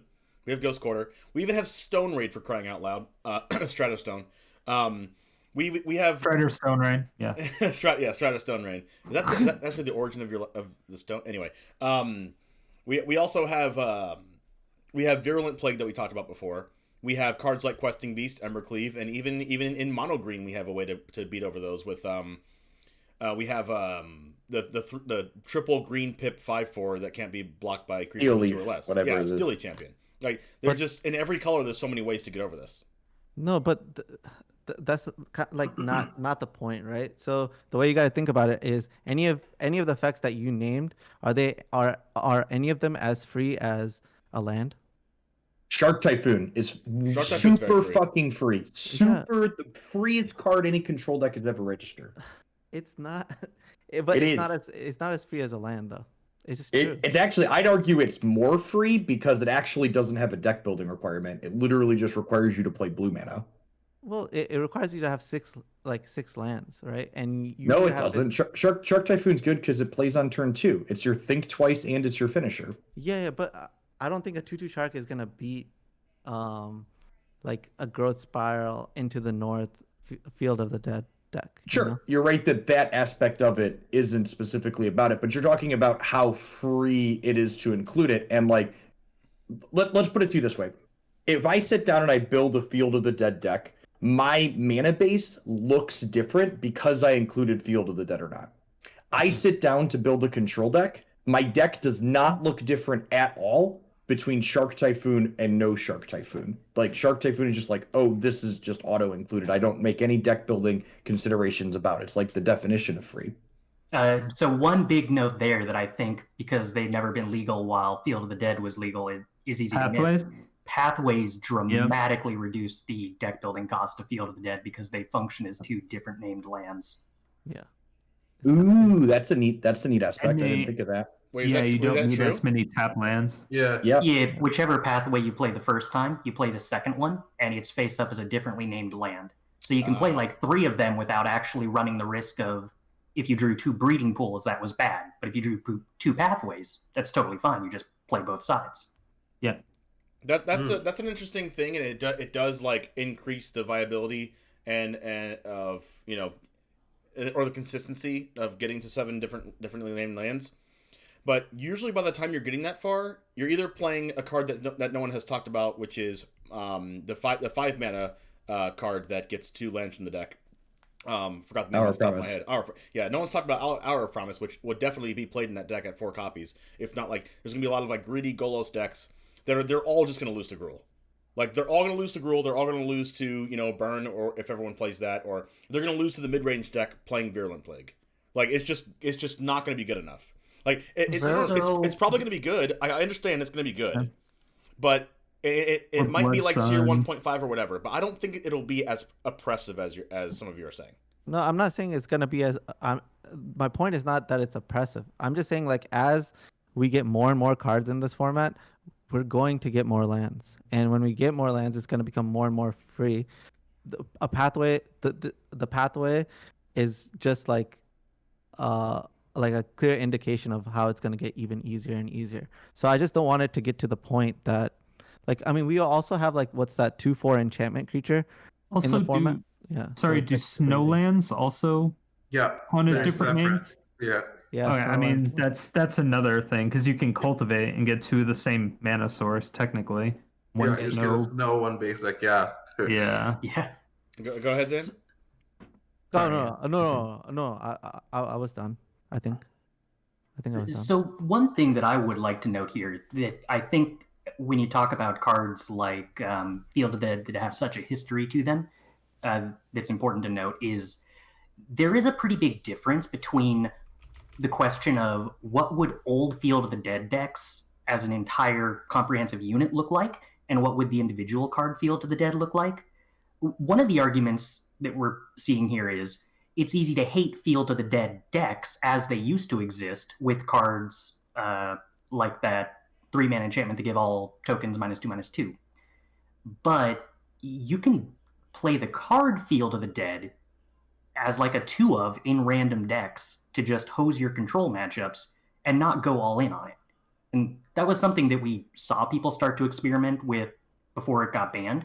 There were a lot of Wilderness Reclamation lists that were just like playing 2 copies of Field of the Dead so that they would beat control mirrors, but not relying on it at all and not needing it. I agree that I would probably be playing 1 to 2 copies of that if I could, and it not be like that big of a deal. But since Historic is like a turn 4-5 at the most format right now, sometimes you can't afford to play a tap land, to play a colorless tap land as your first couple land drops. Yeah, I don't know. Like, I just know like maybe Pioneer is different, but I remember when when Pioneer first started and the mono green Field of the Dead deck was like the best deck ever. You could like trigger Field of the Dead on turn 3 like pretty easily because you just like did like a Real Grazer turn 1, put a land into play, turn 2 Pilgrimage or Cultivate or whatever the 1/1 that got a land into play, and then turn 3 you play Hour of Promise. You have 7 lands already on turn 3.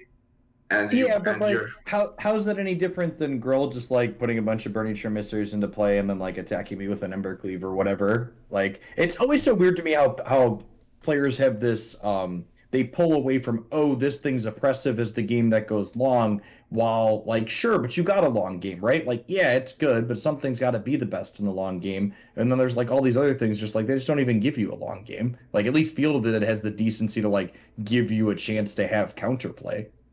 Yeah, like turn 2 Olamog with the Tybalt's Trickery nonsense.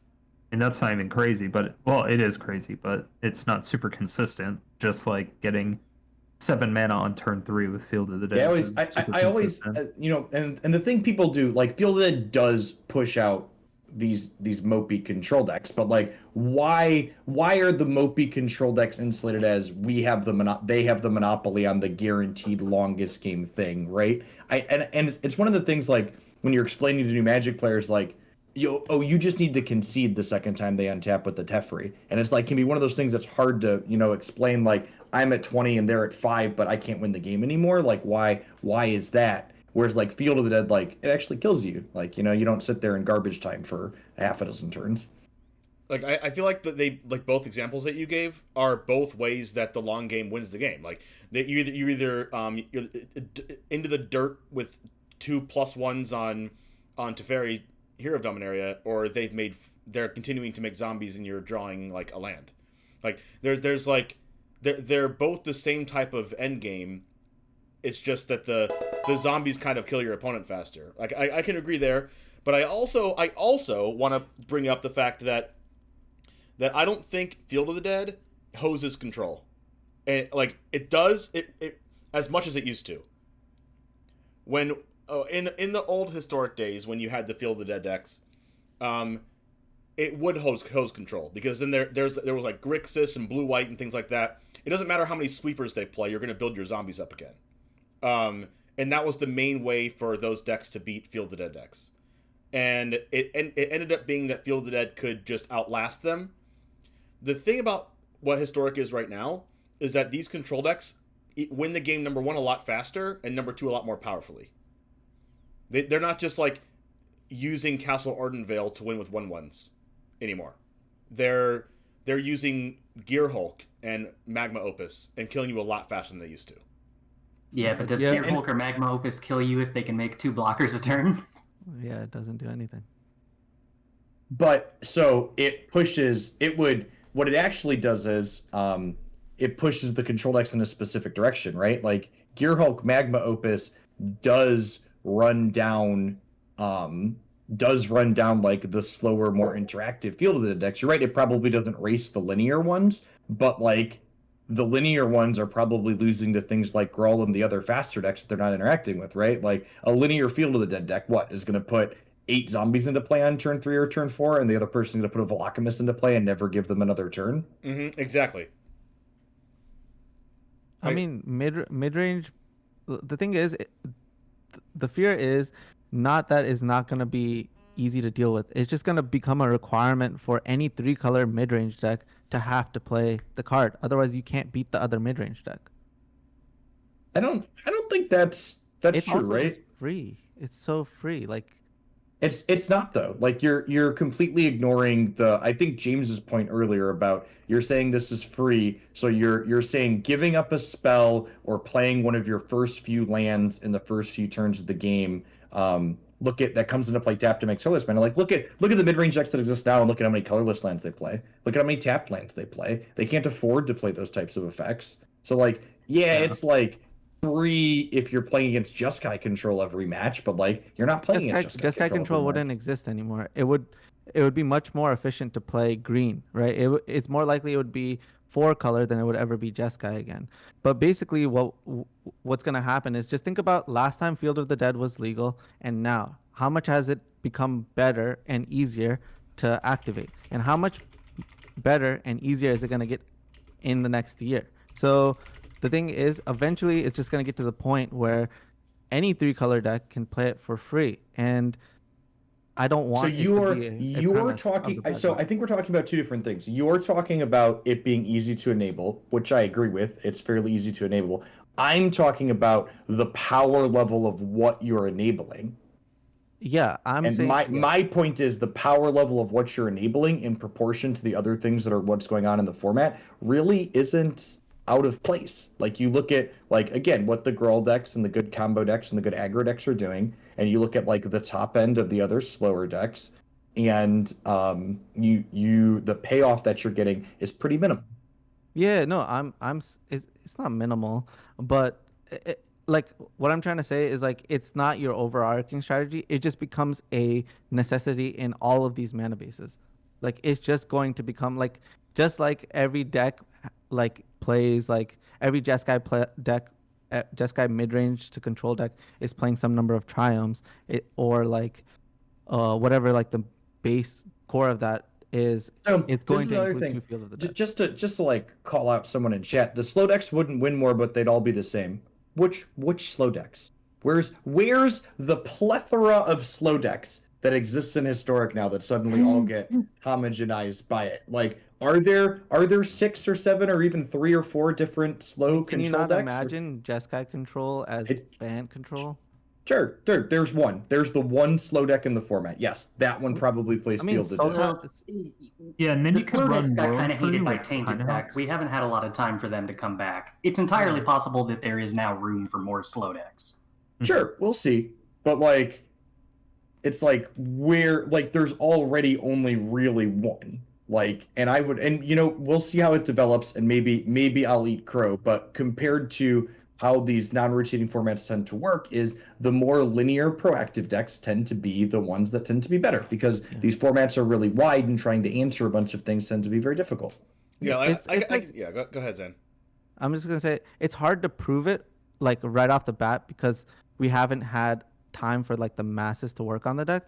But to give you an example, like these type of decks would be punished by combo decks, but they're not going to, because like these decks get like free lands that interact perfectly against the decks that they're supposed to be bad against. Like Bajuka Bog is in the format. Why is that in the format? It deals with those combo decks that are all using the graveyard, right? And it just pairs perfectly with that deck, right? There's also there's already a Sultai Shell that we know that has been impressive in the past.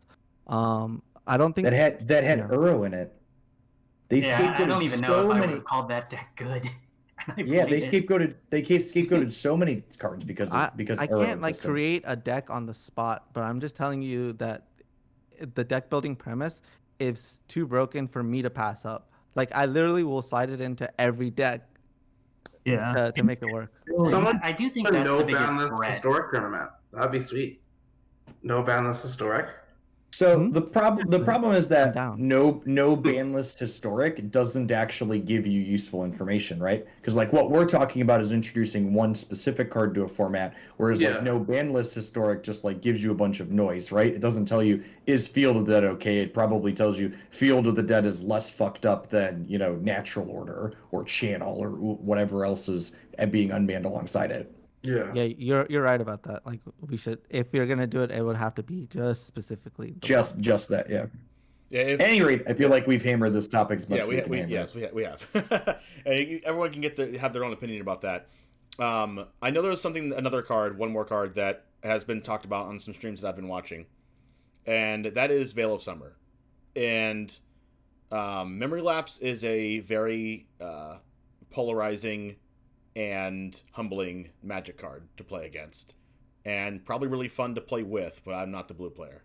Can we talk about the possibility or healthiness of Veil of Summer coming back into the format? I mean, Veil of Summer hasn't exactly been healthy in every format that's older than Historic. I have a hard time imagining it being healthy in Historic either. The moniker of one mana Cryptic Command still stands for a reason, I think. Veil of Summer is legal in Modern and Legacy. No. Is it Modern legal? His mic isn't working. Yeah, it's legal in Modern, but it's like pretty insane in Modern. I feel like even Jund used to be like my favorite deck in Modern, and like you like can't really play it with Veil of Summer is the thing, because like if you're on the draw and they just like play a land and you try and Inquisition or Thoughtseize them and they veil you just like it's the worst ever. I don't know. I think that Veil of Summer, I don't think that they should unban Veil of Summer. I think they should print another card that's a more fair effect, right? I think it'd be cool to have like a Autumn's Veil. Yeah, I don't I'm know. in for that. What does that card do? It's Veil of Summer that doesn't draw a card, basically. It is not Veil of Summer that doesn't draw a card. It's much worse. I'd encourage you to look up the Xbox. It's worse. I thought it had. It's got some weird it's way worse differences. Yeah. But Veil of Summer, like just actually print Veil of Summer that doesn't draw a card. I'm fine with that. I was scry one. Let it scry. I was thinking like a little bit more fair effect, like a Mystical Dispute that's in green, because that's something like you can play around. It progressively gets worse. I don't know. Mystical Disputes, yeah. I think Mystical Disputes one of those cards that like took a while for it to like get played when it was in Standard. Like I know at the Oko PT. I played 2 in my main deck. I was playing blue-white control, and it was just really good because you could pick off Oko if you're on the draw, or take it to Fairy, or take whatever. And I think cards like that promote to more interactive gameplay because like you have to like I think something like that would be cool actually. I like Mystical Dispute as a card a lot. It seems like a tame way to have like a Pyroblast effect, right? Like it's like 1 green does exactly what Mystical Dispute does, but it's in green instead of blue or whatever color you want. It's like such a like I would love it across the board. I think it's pretty fair. Like I think there's no problem with Autumn's Veil, how it's written could come to this historic, because we do have, Mana Tithe, even though Mana Tithe is a lot worse. But we do have a lot of effects that are similar to this. And also Veil of Summer just draws a card, which might be too good. I wouldn't be like... I don't think I would be sad if Veil of Summer came back into historic. I don't think it's like super over... I mean, it is super overpowered. But I don't think it's... I think Autumn's Veil will be a really good trade-off if Veil of Summer stayed banned. Does Autumn's Veil have that text? I don't think Autumn's Veil is playable, and that's why they printed Veil of Summer, was because they were trying to make a playable version of that effect, and obviously they might have gone too far. I also don't know if I agree that they went necessarily too far, because like I said, that card is legal in these other older formats that have more powerful stuff in them, right? Like the other Inquisition Thoughtseize formats, that card is legal. And like Memory Lapse is a really offensive effect. Yeah, Memory Lapse is like, yeah, it's pretty bad. Now, do you think that Memory Lapse is better than Counterspell? Yes. Yes. In under a lot of circumstances, yes, especially alongside 5 mana Teferi. It's a lot easier to cast as well. I stand by it'd probably be better if they had the same casting cost. But I'm probably somewhat alone on that one. They should replace the Remand.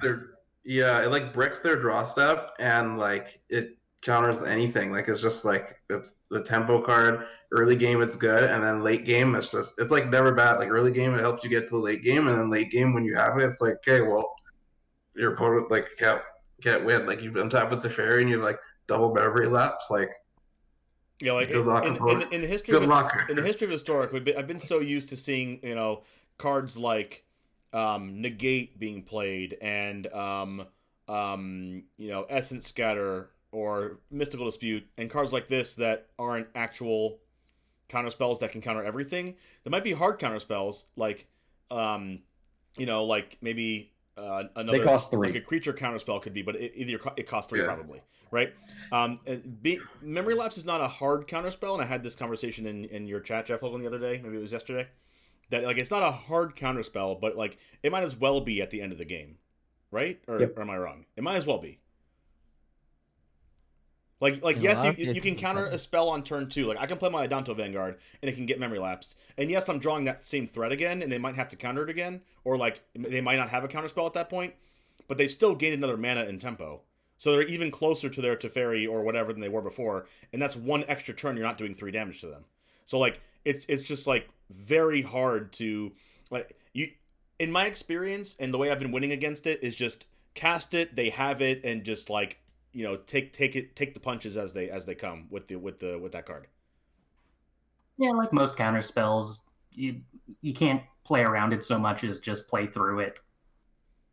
Yeah, like Memory Lapsing a Growth Spiral or something like that. Like, especially if they're looking for land drops. I hate when that happens. They're like, I'm like, why would you do this to me? Could you please not? I mean, like a scenario... They do it to explore. That's the worst. Because if you're doing it to Growth Spiral, at least it's on their turn. But when it's explore, you feel real bad. Yeah. It's not about the early game. It's actually about the late game. So like, just think about it like this, right? You're playing against somebody and they have a threat on the field. That threat is attacking you. It's going to kill you in 2 turns, right? You draw your threat. Sometimes you can see the Memory Lapse in their hand and they get to Memory Lapse you, and you know that you're not going to be able to get through it, right? If it was an actual counter spell, it would be countered and you'd still have a chance at getting to the next step. You could draw another card to like maybe out whatever they have, where it's like Memory Lapse is just Time Walk. Yeah, and that is better than like so many different things, right? Like Remand would be a lot more historic friendly because at least at the end of the day, if you've been hitting your mana, you can cast it twice, right? Yep, Instead of and it's having not as backbreaking on like a 1 or 2 mana spell, right? Like Exactly. the memory lapse your 2 mana spell on turn 12, you're just like, oh fuck me. Yeah. Also, I found myself missing on a third land and not casting a spell because I needed to draw land. Yep. Yeah. Like I've definitely told my stream I can't cast a spell because I lose if I don't draw land. So then it's just like I don't do anything. I don't know whether I'm supposed to cast a spell and then hope they don't have it or just like do nothing. You have to pretend it's not there because it's the worst case scenario. Yeah, that feels bad. It's always gonna feel bad. That's Yep. It's always the moral of the story is it's always gonna feel bad. What do we have that same thought about Veil of Summer? It's always gonna feel bad, or do we not have that feeling? There's one part of the text that I don't care that I it like draws a card. I hate that it stops the rest. Right? I just hate the fact that if this card resolves, none of the rest of your stuff is going to resolve. If the card was literally counter your spell, draw a card, I think it's way healthier. And the hex counter target blue or black spell that targets you or a spell you control. Sure. Yeah. I think that's way more fair. That other that's text reasonable. is crazy. Yeah.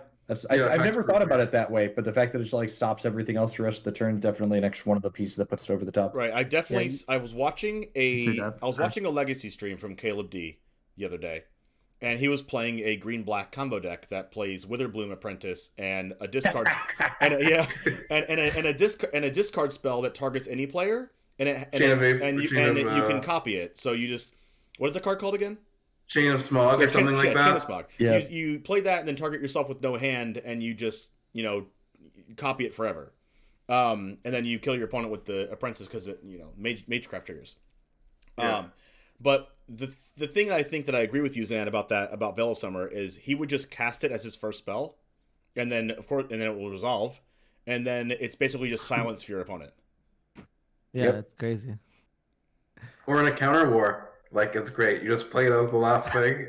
After they've used, like, their 2 or 3 cards, you go through this big counter war, and you just, like, slam Veil at the last thing. You draw a card, all their stuff's that, like, yeah. Yeah. So, Crazy. I would agree with having a card like that in the format that you mentioned, Zan. Counter target blue or black spell. And I don't know if it gives your stuff hexproof from blue or black, regardless of that. But if it just said, draw a card if your opponent casts a blue or black spell this turn, counter target blue or black spell that targets you or a spell or something like that. I think that would be healthy. Yeah. But I guess the consensus with us now is that we don't want to see Veil Summer back, right? No. Yeah, I don't. I want a different form. We do want one. I just want Memory Lapse to go and get Counterspell. Like, that's just way better for us. It is weird that Counterspell, I agree, is probably like a much healthier spell for the format. I actually never thought I would hear that, but now I agree. Did you talk in your YouTube video, Jeff, about Fires of Invention? I did. Yeah, I think that card can probably come off. Do you think that would enable some kind of crazy deck that maybe we haven't thought about? And again, I think when I think about a card like Fires of Invention and think about what's possible with it, I always want to compare it to whatever else is going on in the format. And just like, again, you look at Fires of Invention and think about, well, what's the earliest this card's going to do something really messed up? It's probably turn 4 to 5, right? And like, I think we can all agree that Historic's like a turn 4 to 5 format, right? So like, people doing crazy things on turns 4 to 5, I think is fine. We also have Thalia, Raydane, we have PVDDR, like all these cards in the format that interact as well. Here's a question. Did we ever see Fires of Invention legal in any format without the 3 mana Teferi? Nope. I don't think so.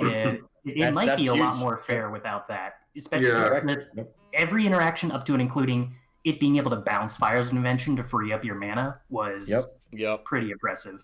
All right. So this is kind of like Field of the Dead in the sense that oh no, here we go. I think it's a complete design flaw in the sense that like cards that are similar to this are Reclamation and Omnath, right? They produce a an imbalance unproportionate to amount of mana and value, which is going to make it so that the cards that come out in the future are gonna it's eventually gonna be too powerful.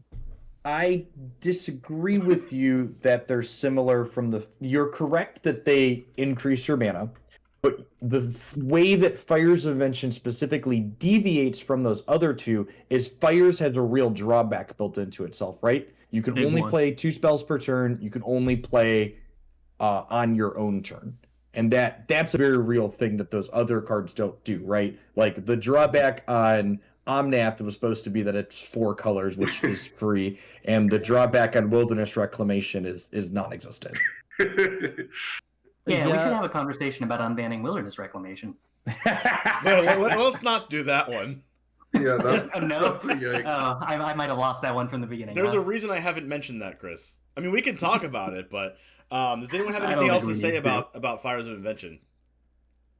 Like, I mean, Fires enables a ton of jank, so I think enabling Fires. It's a sweet card.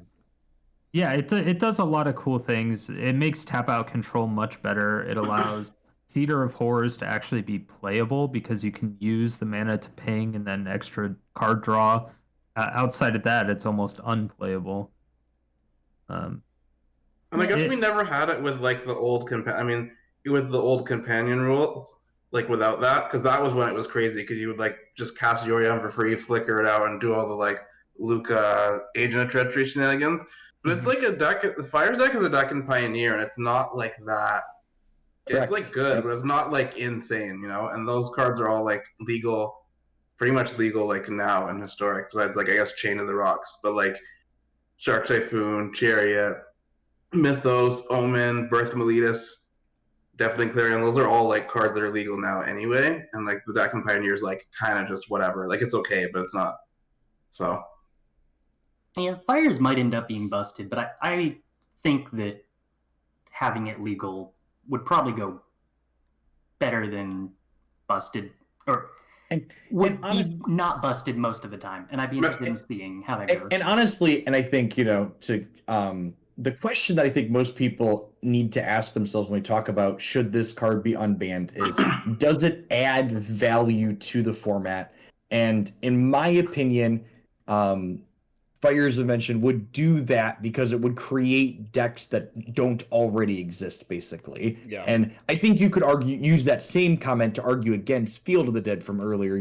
It would mostly slot into existing decks, where Fires of Invention is very different from that. There would be new Fires decks that would play cards that otherwise aren't going to see play because Fires enables them. Yeah, and there's I also agree with that completely. Yeah, there's also other answers now too, right? Like Binding of the Old Gods is a thing. Like if you like play a Fires of Invention and your opponent just like you're like cat of an opponent just like bindings your fires, it's like pretty like, especially if you're trying to do 5-mana stuff, it's like a pretty big tempo loss. Also, if your fires just gets memory lapse, like also Skyclave Apparition. That wasn't I guess Skyclave Apparition, also answers it too. So I mean, so the problem with the card is it's pretty simple. So the argument that we're using right now is like not going to be effective because basically we haven't given the masses time to build a new deck with this strategy. But if you just look at the card, right? Can you just take a moment to imagine if you Fires of Invention and just play one, take an extra turn, and then that resolves. If that resolves, you can way more easily just chain off and win the game. Like it's so simple after that point. And there just for reference, unless I'm missing something critical here. Pioneer, I think, is a good cursor here, and I think I would argue Pioneer is actually a lower power level than Historic at this point.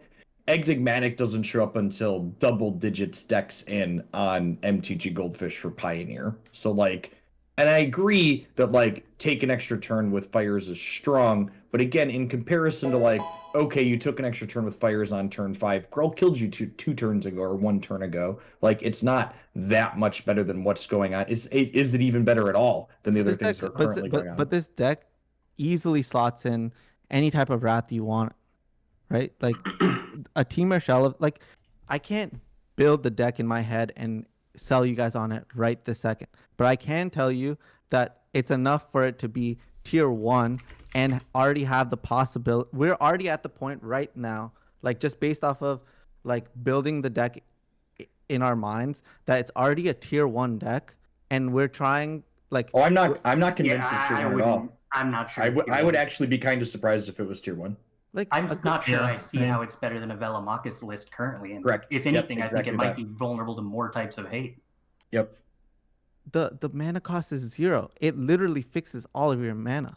Yeah, right? you have to resolve it and have cards in hand. That's not and you have to cast a trivial in the 4-mana spell. Thoughtseize format. And you're building your deck to maximize this card, so when they counter it or kill it or discard it, your deck is worse because you have these clunky cards that you were trying to build to maximize this card. So there's an actual downside when they do interact with you. The only argument I can give towards this on ZanSyed is I don't know if anyone's taken the time or remembers, or I don't, so I'll ask you. What type of cards that this enables that lets you use all of your mana after casting it, similar to the Cavalier of Flames type cards. That would be the reason to play it, that or maybe even something like the land that you can pump a bunch of mana into it. Or something like that. Is there any like really broken mana sink that you'd say that if I cast my cards for free, that I can use my mana very effectively and have this niche that in Historic that's really good with Fires of Invention and being like borderline too good? That's the only argument with Zan that I can possibly give. So I'm gonna break it down really quickly. All right. So we have access to how many taking extra turns? A lot. 2. All right. So if you just think about what cards have been involved in taking extra turns type of strategies, you can just think, okay, let's say we have a Team Rochelle. You know you have access to at least 8 Explore effects, also getting into the north. Then you have your 4 mana, what do you call it? The card that we're talking about. Fires. And then we have, what do you call it? Take an extra turn, Time Warp. And then we have Aurans, right? And in between all of that, you can fit in interaction for your opponent, and you can fit in cards like Tamiyo, which we know Tamiyo plus fires and 1 taking extra turn should be enough for you to take the rest of the game.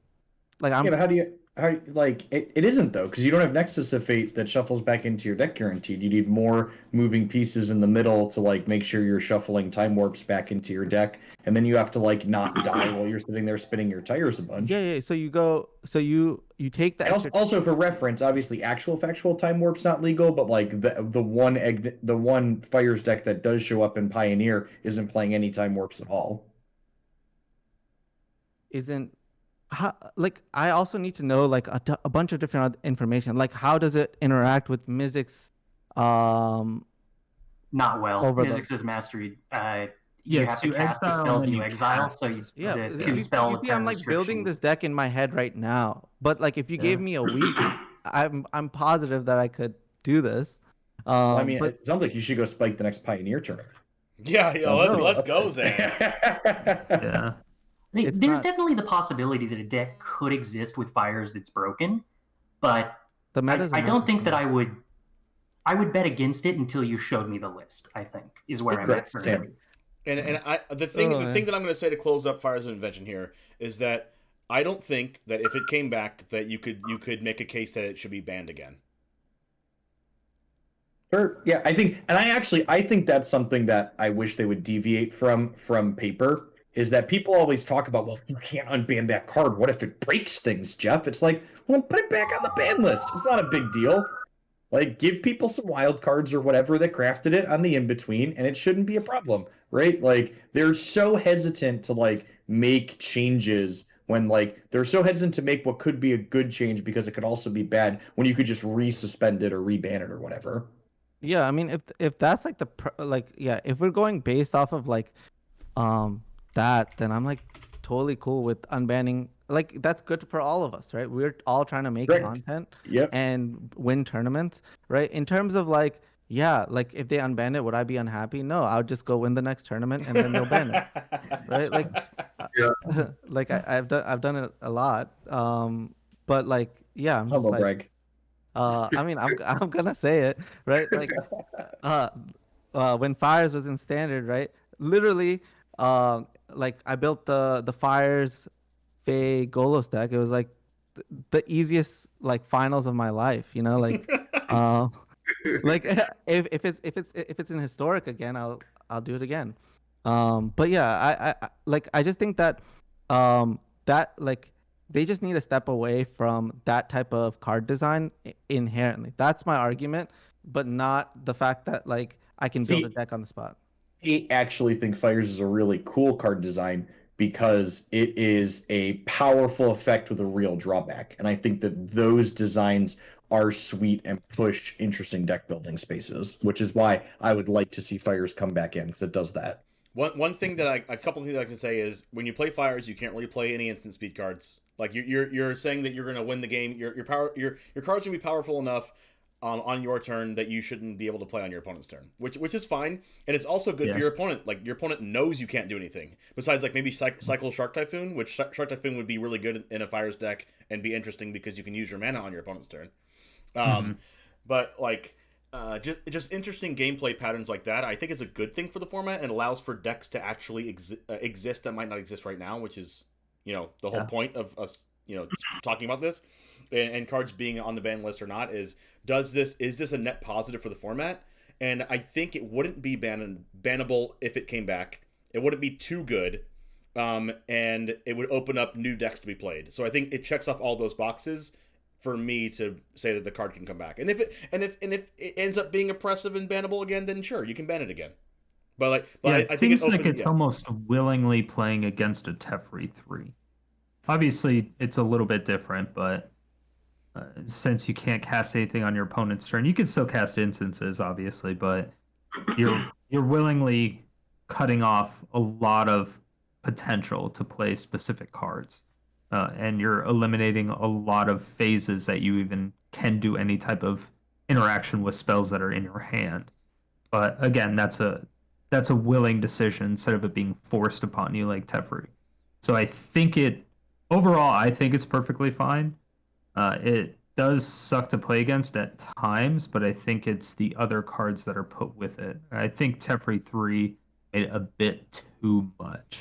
Yeah, I mean, I don't think that card can come back, Teferi 3, that is. But, like, if you're willing to Hearthstone yourself, like someone says in chat, then Fires of Invention is a great card for you if you like to play Hearthstone. Let's see. Even though it's very good, not comparable to Hearthstone, but Hearthstone meaning that you don't play on your opponent's turn. But speaking of cards that can probably come back, what do we think about Winota? I mean, if Muxus is still in the format and never got banned, amongst the speculation that it would, Winota should be 100% fine.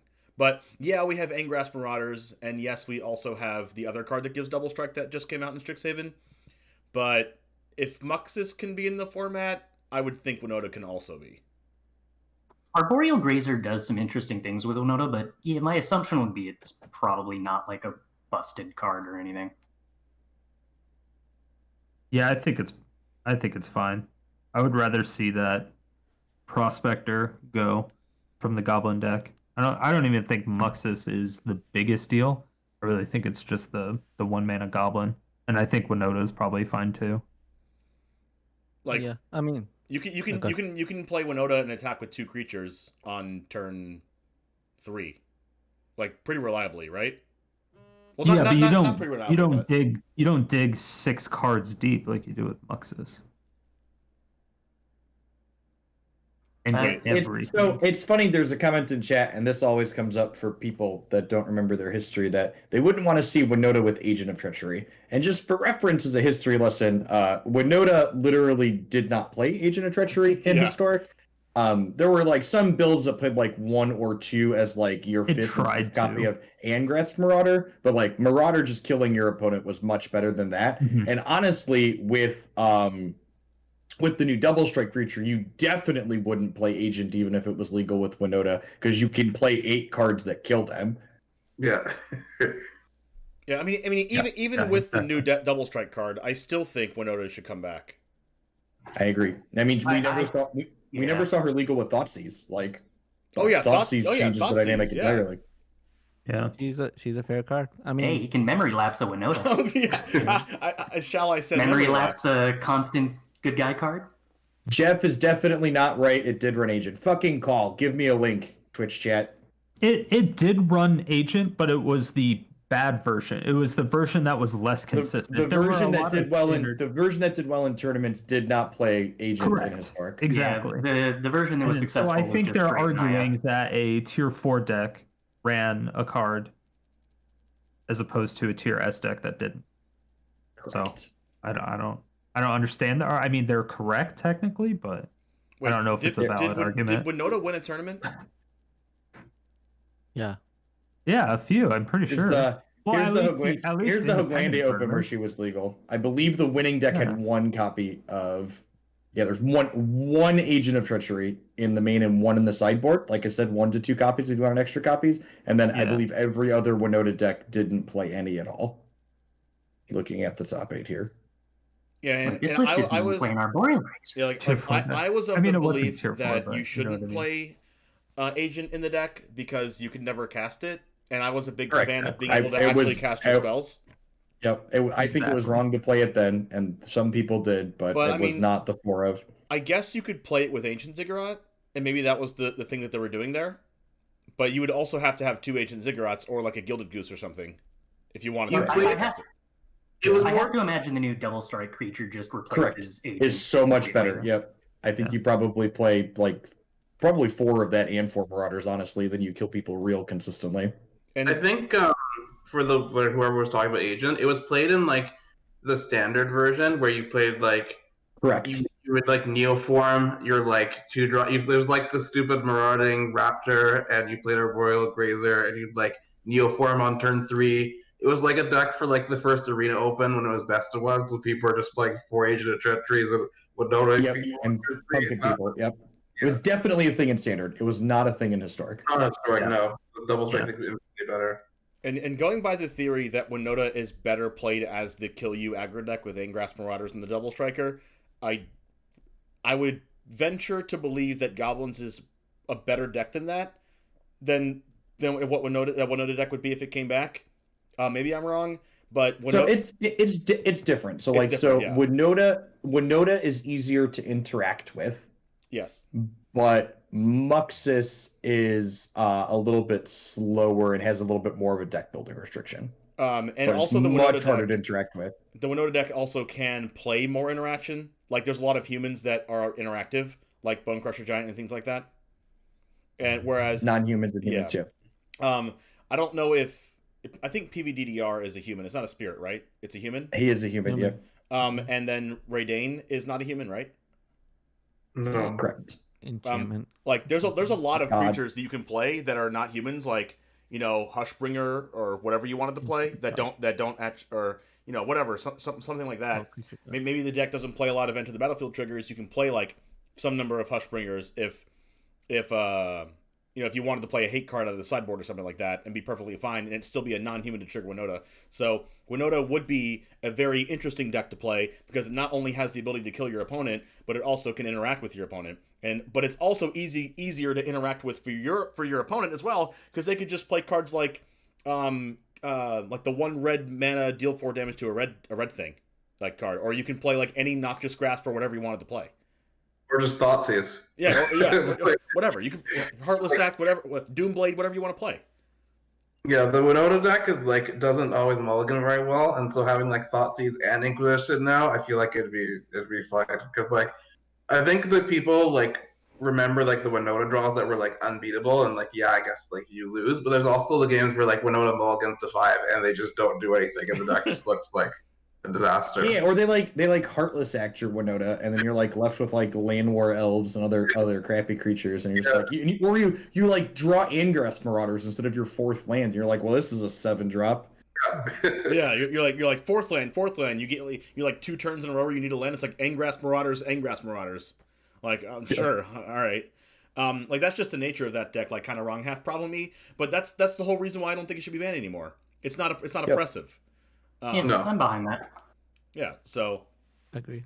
And I don't think wow, did we just get 6 Magic players to all agree on something? Wait, what? Really? That one down. Is that actually possible? Ship that clip to Wizards. Clip it and ship it. Clip it and ship it. Tag them on Twitter, do whatever you need to do. If you have a special Discord, you know what to do. Anyway, about Winota, one last thing that I'm going to say about it that agrees with the other things that we were saying as well is that it allows for someone to build a new deck, not and bringing cards back, just like Fires of Invention, into a format that have been banned in the past. If it allows people to make brand new decks and make things that are fun for them, is a net positive for the format. Now, as far as Teferi Time Raveler, Wilderness Reclamation, and are concerned, those can just stay banned forever. I'm gonna give Chris Botelho one last chance to say what he needs to say about Wilderness Reclamation, and then we're gonna go off this topic. I'd like to never lose a match of Magic again. We found the honest Magic player. Well, I mean, that's a good last thing to say. What would you play right now, considering that Nexus of Fate is banned? What would you play if you played Wilderness Reclamation? My guess would be probably just initially going back to the old lists that ran Magma Quake and Explosion and just seeing how that picks up with memory lapse. It should be pretty busted still. Reclamation has to be super offensive in this format because we never saw that card legal without Teferi to fight it either, right? Because like Teferi's messed up design was printed as a direct response to try and answer that one. And then people just played both in the same standard deck. Correct. Yep. Oh. Good times. Yeah. Obviously. So for your last topic, I think I can cover it very concisely for you, James. James's last topic here says too expensive ? And the answer to that question with everything Magic related is yes. Oh yeah, for sure. I mean, as you said on some of your streams, Jeff, that Magic is a luxury hobby, and if you're like, yes, you can free to play. There's some streamers that I know that have free to play. One of them that I know of is Rumty, but especially if you want to get into historic, of how many wild cards that you have to, spend to get the cards that you need. I mean, honestly, there's not many cards in my deck. There's not many cards in my deck that are less than rare. There's Adanto Vanguard, which is an uncommon. There's like 3 basic lands, and I can think of off the top of my head like probably nothing else that is not a rare. I don't know. I'd have to think really hard. We need to advocate for Pauper on Arena. That would be nice. One of the things that I would like to see, and I don't know if anyone else would really like to see it, but I think it would be really cool if they made it to where the collection is completely open to everybody. Every card is 100% free in play mode and in like regular events, anything that you don't get gems for. So it wouldn't be completely open on ladder, and it wouldn't be open in like the big tournaments and stuff like that. You would actually have to get the cards for that, but everything else in like a casual mode, I think you should have access to everything. Just so Don't you think of the shareholders, StriderStone? think of the shareholders. I think they would make a lot more money. I'm just saying, I think they would make more money. I agree with you. For the record, I think the one thing Wizards has consistently shown that they don't know is that the first bump needs to be free. And they would, I think you're right that they would make more. I think giving everything for free is probably too much, even in the non-restricted modes, but like giving a little bit more would probably net them more money because Magic's a great game, right? I think we can all agree with that. Mm-hmm. And like, if you just let people experience a little bit more of it at free or cheap, they would then want to spend to get further in. Well, look at Magic Online. Like, they've been starting to do this. Like, I know there's like mana traders and stuff like that rent. But like even Magic Online has just started doing like the $25, you get all the cards for like 2-3 weeks, and like that's super cool for people who like want to play online and want to play like older formats like Legacy or Vintage or Modern formats where like you might get priced out. And I know during those times like tons of people jump on just for like $25 to like have every card and be able to play all the challenges or just like the prelims and stuff. And like I think it's great. Like. I like what Kripkins just said in chat, like a monthly subscription plan to have all have all the cards. It's Yeah. So the problem with the subscription plans is there's lots of studies. I've talked to a lot of people in this industry. Is that games like Arena that are collection games, and these are for all card games, see significant decreases in player activity when those players have complete accounts. Oh, really? So that players play less when they don't have something that they feel like they're actively working towards. And so giving them entire collections actually results in your player base having less active players. Oh, I did not know that. That's a very interesting stat. So you think that someone would pay maybe half the money to have like a certain percentage of the cards, or choose X amount of rares and mythics that they can get? Yeah, I don't know exactly what a good system is, but like having that I'm working towards something feeling is something that players want to have, even if they don't know that they want to have it. For sure. Yeah. There's a question. It's the same with one of those things where you want to get the easiest thing to do is to get somebody to pay more money after they spend the first dollar. So that's why they always have the intro packs for, $1 to $5. That's really, really good just to kind of get you sunk in. And then once your credit card information is saved into the system, it's a lot easier for you to just click buy. All right. And so that's another reason, or that's another way that they kind of get you. But I think another way that they could make a ton of money is essentially put MTG Melee and integrate it completely within Arena. So you could pay to make your own tournament. Like imagine Hoots built into Arena. You pay like $20 or $50 to have the tournament. They lock in the list. You set your own ban list. Everything. I'm gonna be honest with you. As someone that would benefit greatly from what you're describing, it would be a waste of Wizards of the Coast development money to invest money into that. Like the amount of people that play Magic competitively and are interested in logging into play tournaments in proportion to the amount of effort that takes is very likely not a good ratio. And that's why it hasn't happened, right? Like these things haven't happened because those things don't actually bring in dollar bills at the end of the day. And it doesn't happen in like any game. It's very, very, very rare that it happens in any game. Yeah, but I mean, like Hearthstone's existed for what, like 8 years now, and they don't have in-client tournaments. Runeterra is like trying to push into it, but they're the new kid in the block, so they have to try to differentiate themselves with features like that. Yeah, exactly. Well, I do have an interesting question to ask as we wrap up here. How long do you think before Arena adds Legacy and Vintage? And I want to base that question on something that I wanted to ask as well. Is never. How high of a the answer to that's probably never, yes. But I use that question to ask this question: is what power level of Historic would be too high for you? I just don't want fetch lands. I think as long as the mana base doesn't turn into fetch shock mana bases, the format will regulate itself in power level to a degree because of the consistency at which you can play 2, 3, 4, 5 color decks. Yeah, I just hope they continue to just cube and then pick their favorite cube cards and give them to us.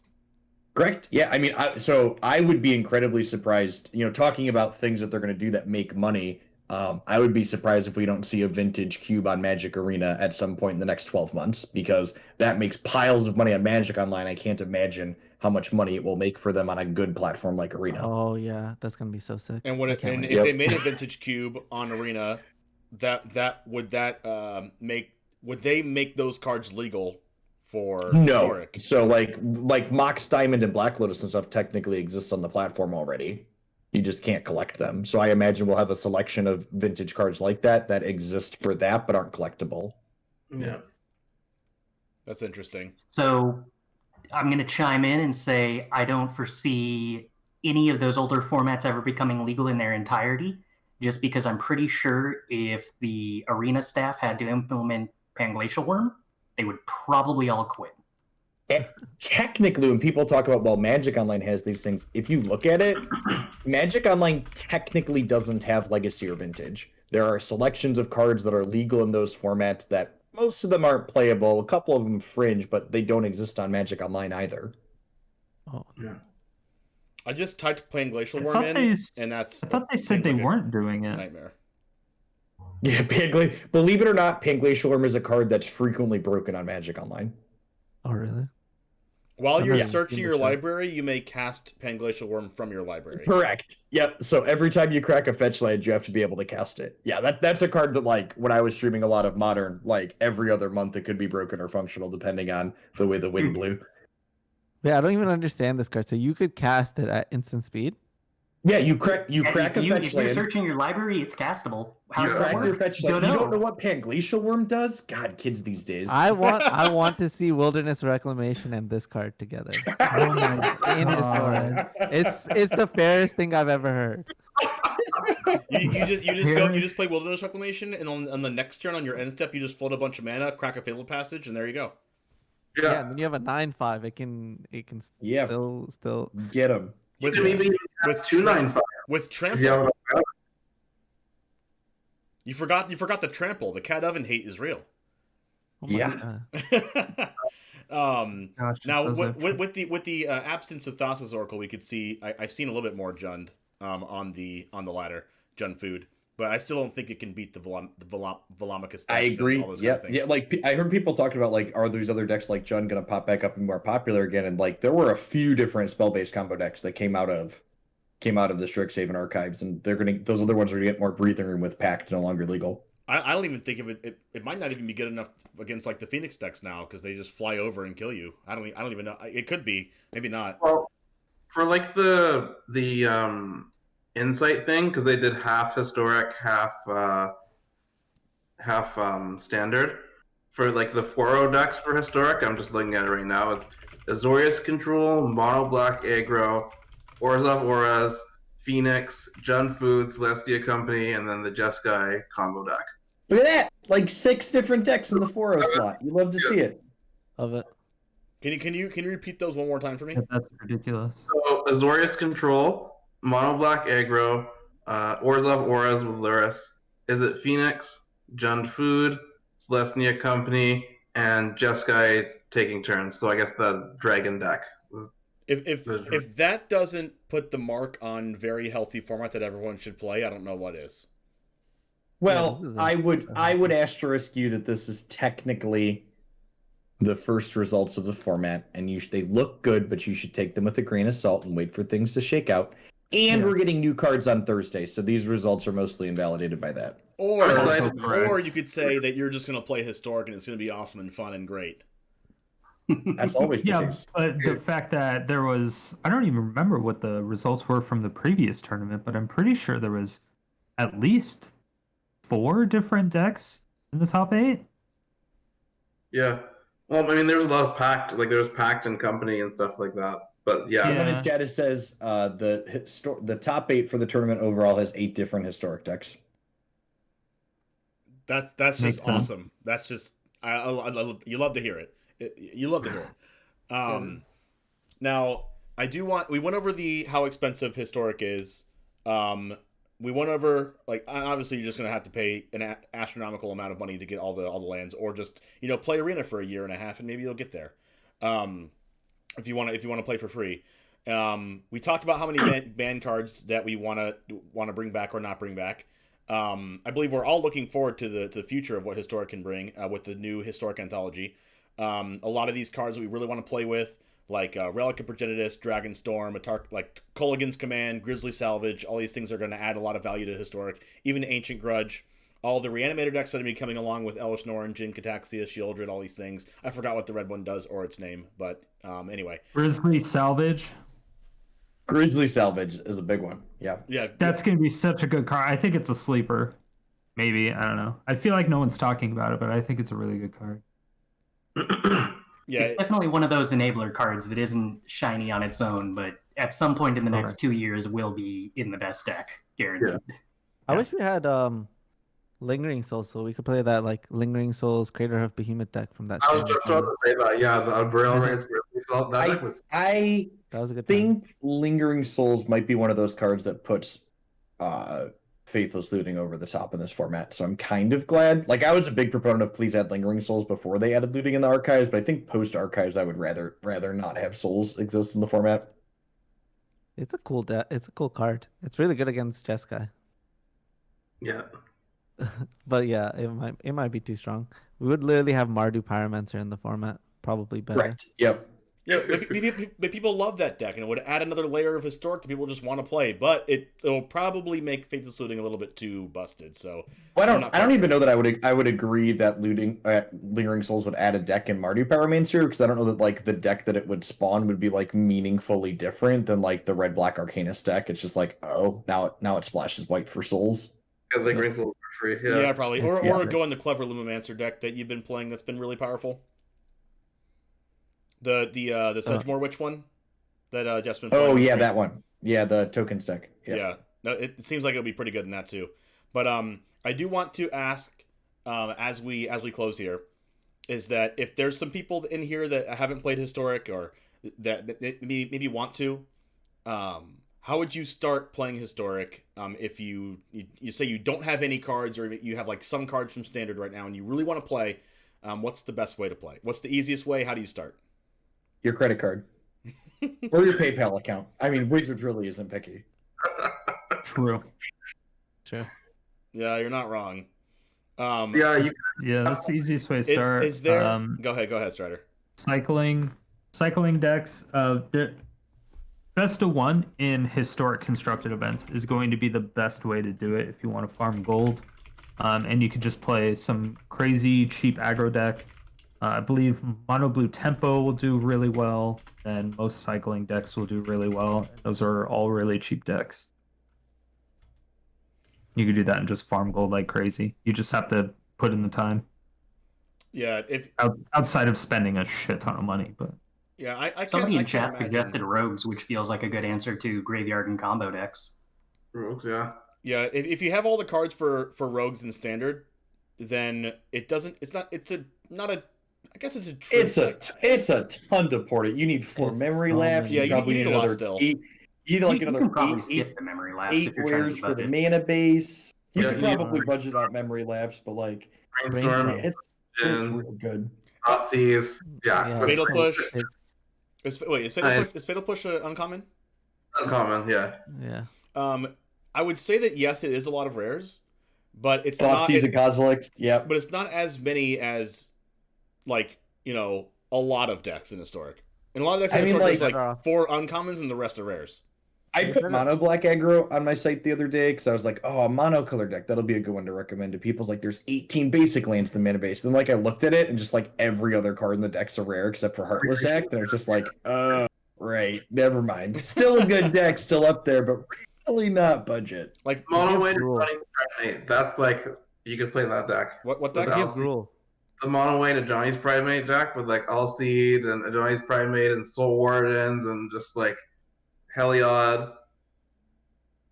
No, just play Gruul. Wait, is Jund Food actually like surprisingly low rares? It might be. It might be actually, because Cat is an uncommon. Devil's an uncommon. Devil's an uncommon. Binding's uncommon. Oh yeah, Binding's uncommon too. I guess Corvold is a mythic. Every land's a rare, so that's the problem. Every land's a rare. Mana base 30 rares. Yeah, but the lands are so universal. You use them in essentially every deck. Yeah, so it should always kind of feel like a little bit of a victory if you get to build a deck and spend your wild cards on the lands to give actual meaningful suggestion, if you're going to break out your wallet and Historic is your goal to play, your first 200 packs should be 100 of each of the Ravnica sets because they have the Shocklands in them. They also have other miscellaneous staples that are okay, but like you're gonna need 40 shocks to play this format if you want to play a variety of things. You could also like, if you know that you want to play one specific deck, like you can save up to like get all the rares for that one deck, and then just keep playing that deck until you save up enough gold to continue to crack packs, to continue to get rares, to continue to craft the lands first, and you want to build a deck first to play all the time. I'd also recommend doing that. That's how I started. But I also started with playing Standard back in the Ravnica format, so I already had the Shocklands from that Standard, so it made it a little bit easier.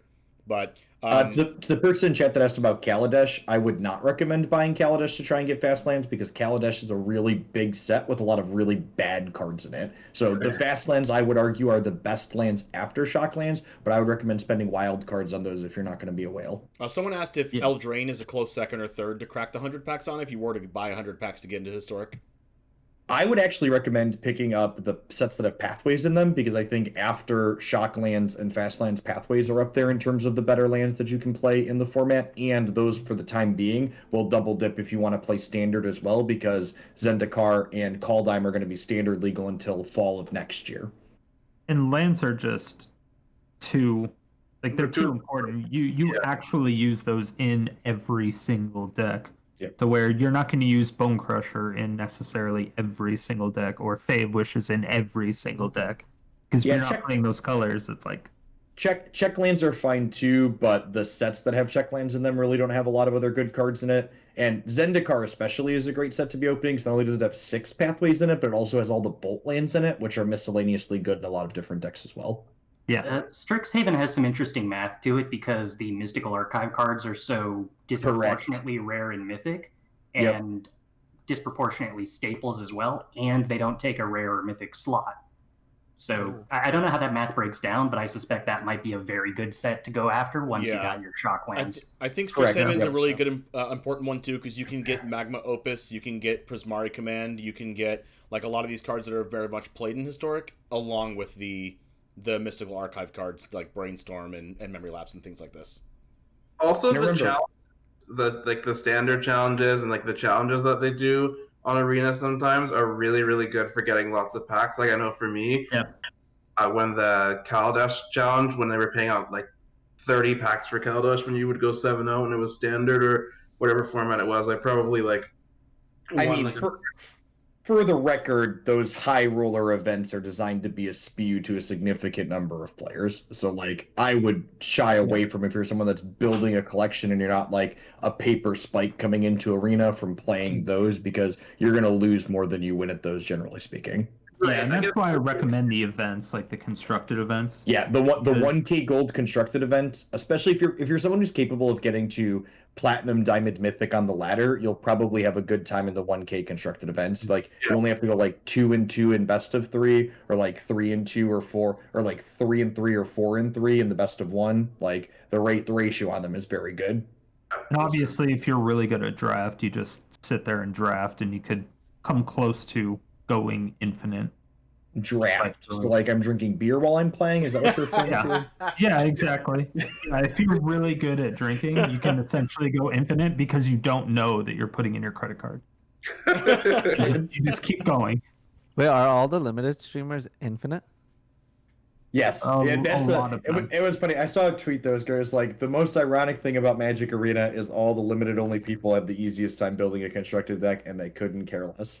Like, I think Deathsea posts a tweet of his vault every once in a while, and I think the last time I saw it was like 16,000% or something like that, just because he never opens it and he never plays constructed. Like, and his wild is it cards worth are ridiculous. being a limit? Like, I don't even understand like how you're supposed to transition into, like, I think I'm pretty good at limited. Like, I don't know how to transition. I feel like the constructed side and the limited side is so opposite of each other. Yeah, I know that one of my friends is a limited only player, and I kind of like complained to him a couple times, and I'm like out of wild cards, and he's like, I have 98 rare wild cards and 74 mythic rare wild cards, and I'm just like, oh, can we switch accounts real quick? 74 mythics. Gosh. Yeah, just I am now down to 0 mythics and 350 rares. So what you need to do next set, StriderStone, is you need to craft all of the rares before you start opening booster packs. Yeah, that's what I did this set. I crafted every single common, every single uncommon, and every single rare. And it was just like, okay, because I was so high on all that stuff anyway, and I'm still out of mythics. I'm just like, that's how you know you're a real whale. By the way, you put the golden whale emote on there. I know you would. I knew you were gonna do that. Yeah. That's how you know you're a real whale, when you're out of mythics. Because a lot of the times where you think you're a whale, you're like a small little tiny training whale. You will have a lot less rare wild cards than mythics. Yeah, if you're short on rare wild cards in Arena, you're a dolphin at best. Yeah, you're just a baby new whale or something, dolphin porpoise thing. But usually if you're a streamer, you pretty much have to be a whale. I don't It's know the close. last time I put money in, but I definitely recall last week having to explain to about every 20 minutes somebody in chat why my Gruul Magda list had a Terror of the Peaks, and explaining that I was out of rare wildcards and couldn't build a fourth Azeka's Chariot for the list. Oh my gosh. Nice. Chris Botelho making number 5 mythic with Terror of the Peaks instead of a Seeker's Chariot. It's great that you're in the Rivals League and they don't give you all a bunch of wild cards and stuff. And by great, I mean whoever. They do. There's an account we can use to practice, but I feel bad streaming on it. They should give your normal account stuff. Like your normal account. They could, but I actually think that there's something better about the fact that I can stream and represent what a real experience is like to the people that are watching, rather than like a subsidized experience that isn't represented. I mean, I can tell you what my real experience is like. My expenses spreadsheet says Magic Arena $1,149.88. Is that this month? For 2021. Nice. Yeah, that sounds about right. Rumty said that he's spent $15 on Arena and has a full standard collection and an okay historic collection and 25 rare wildcards and 25 mythic wildcards. We're not all diamonds in the rough, Rumty. Yeah, it must be nice, Rumty. I remember when I started and they announced the Magic Fest online, I'm like, okay, guess I'm buying a whole bunch of packs because I don't want to grind mono red for forever. So paid $300, got all the Uros and everything for the Sultai deck. And it's like, it is like a big investment when you first start, but if you are going to get into Historic and let's say you want to play tournaments and stuff like that, you'll definitely get your value out of the cards. Like I've definitely made more than $500 in tournaments. I am going to need some clarification from Rumty. Rumty, when you say full standard collection, does that include all of the red and white and blue and black cards? Yeah, I know, right? He's like, there's other colors? Actually, that's a great question. He has a full standard collection and almost full historic collection of just mono green cards. Yeah. He's the only one that found out how to dust and sell other color cards. Yeah. Yeah, all right. Well, thank you, everybody, for hanging out. Thanks for joining me on the Historic podcast, past, present, and future. I'm going to go over some of the things that we've talked about for those of you that might have just joined recently. We talked about the past of Historic's humble beginnings as it just being standard. We talked about all the Historic anthologies and different sets that have been added to Historic and some decks that we liked to play or were a part of the meta during those times. We talked about the current meta of Historic and what decks we think are good and what cards we think in them are either oppressive, should be banned, and we talked about some unbannings like Winota or some things that we would like to see unbanned. We talked about a little bit about the future and Historic Anthology 5 with some really sweet cards coming into the format, like Relic of Progenitus, maybe some Grizzly Salvage and things like that. Dungeons & Dragons, Innistrad, Midnight Hunt, Innistrad, Crimson Vow, and Pioneer Masters are on the horizon for Historic in the next few months. We're all looking forward to the future of Historic. I would say that it's in a really good place right now, especially with Thassa's Oracle being banned. Looking forward to the future of playing Historic. All these people in the podcast right now have a really unique perspective. Playing Historic for a long time. Value everybody's opinions for sure, except for Chris Botelho's opinion of Wilderness Reclamation. But thank you everyone for hanging out. It was great to hang out with you guys, and definitely go ahead and shout them out. A mod in chat, please. And I'm going to give each person an opportunity for some closing thoughts about Historic as a whole. Whether you want to talk about past, present, or future in Historic, give me a few words about that. I'll start with ZanSyed. Future is bright. That's all I have. All right, StriderStone. I love it. I still think it's the best format. Yeah, just period. Gavin. Yeah, Historic's in a good spot, and yeah, more Historic tournaments, please. I'm tired of this standard format. Chris. After the Mystical Archives, I don't think I have any clue what to expect from the future, but I'm excited to join the ride and find out. And Jeff. I would encourage all of you at home to come watch the future of Historic develop May 30th, 1 week from tomorrow, for our next Hooglandia Open. he can join in and play in that as well on MTG Melee. Looking forward to casting games all day with that next Sunday. Yes, we also have the. I'm actually playing in that, so very excited to be playing in that. And I don't think no one knows what deck I'm going to be playing. I don't even know. Anyway, some of you are going to get that, some of you aren't, but Mr. 500 Games. And then I also have my tournament that is going to be invite only for streamers. It's called the Stream League on June 13th. That is going to be historic only. So excited about these tournaments coming on the horizon. Please go sign up for Jeff Hoogland's historic Hooglandia Open happening next Sunday, so 8 days from now. How many? Just like the highest production value tournament on Twitch, I would say. Highest production value, by the way, and going to be casting it with not only himself, which is already high production value, but a professional content creator in CovertGoBlue as well. So super excited to be watching that and participating in that. And I do want to say, have a wonderful rest of your night, folks. We're going to be stopping the podcast now. I'm going to be doing my regular stream, playing some Boros midrange. You guessed it. We are starting out at number 6 Mythic, I believe, and working our way up to number 1 and taking Rumty's spot. So have a great rest of your night. Is Rumty still number 1? I believe so. Jesus. Good job, Rumty. You've been holding it down for like a month almost. Yeah, he's been holding it down for a while. But thank you, everybody. It was a pleasure hanging out with you folks, and we'll see you next time in the future. Appreciate being with you guys. It's nice talking with everyone. Yeah, thanks everybody. Thanks for the invite.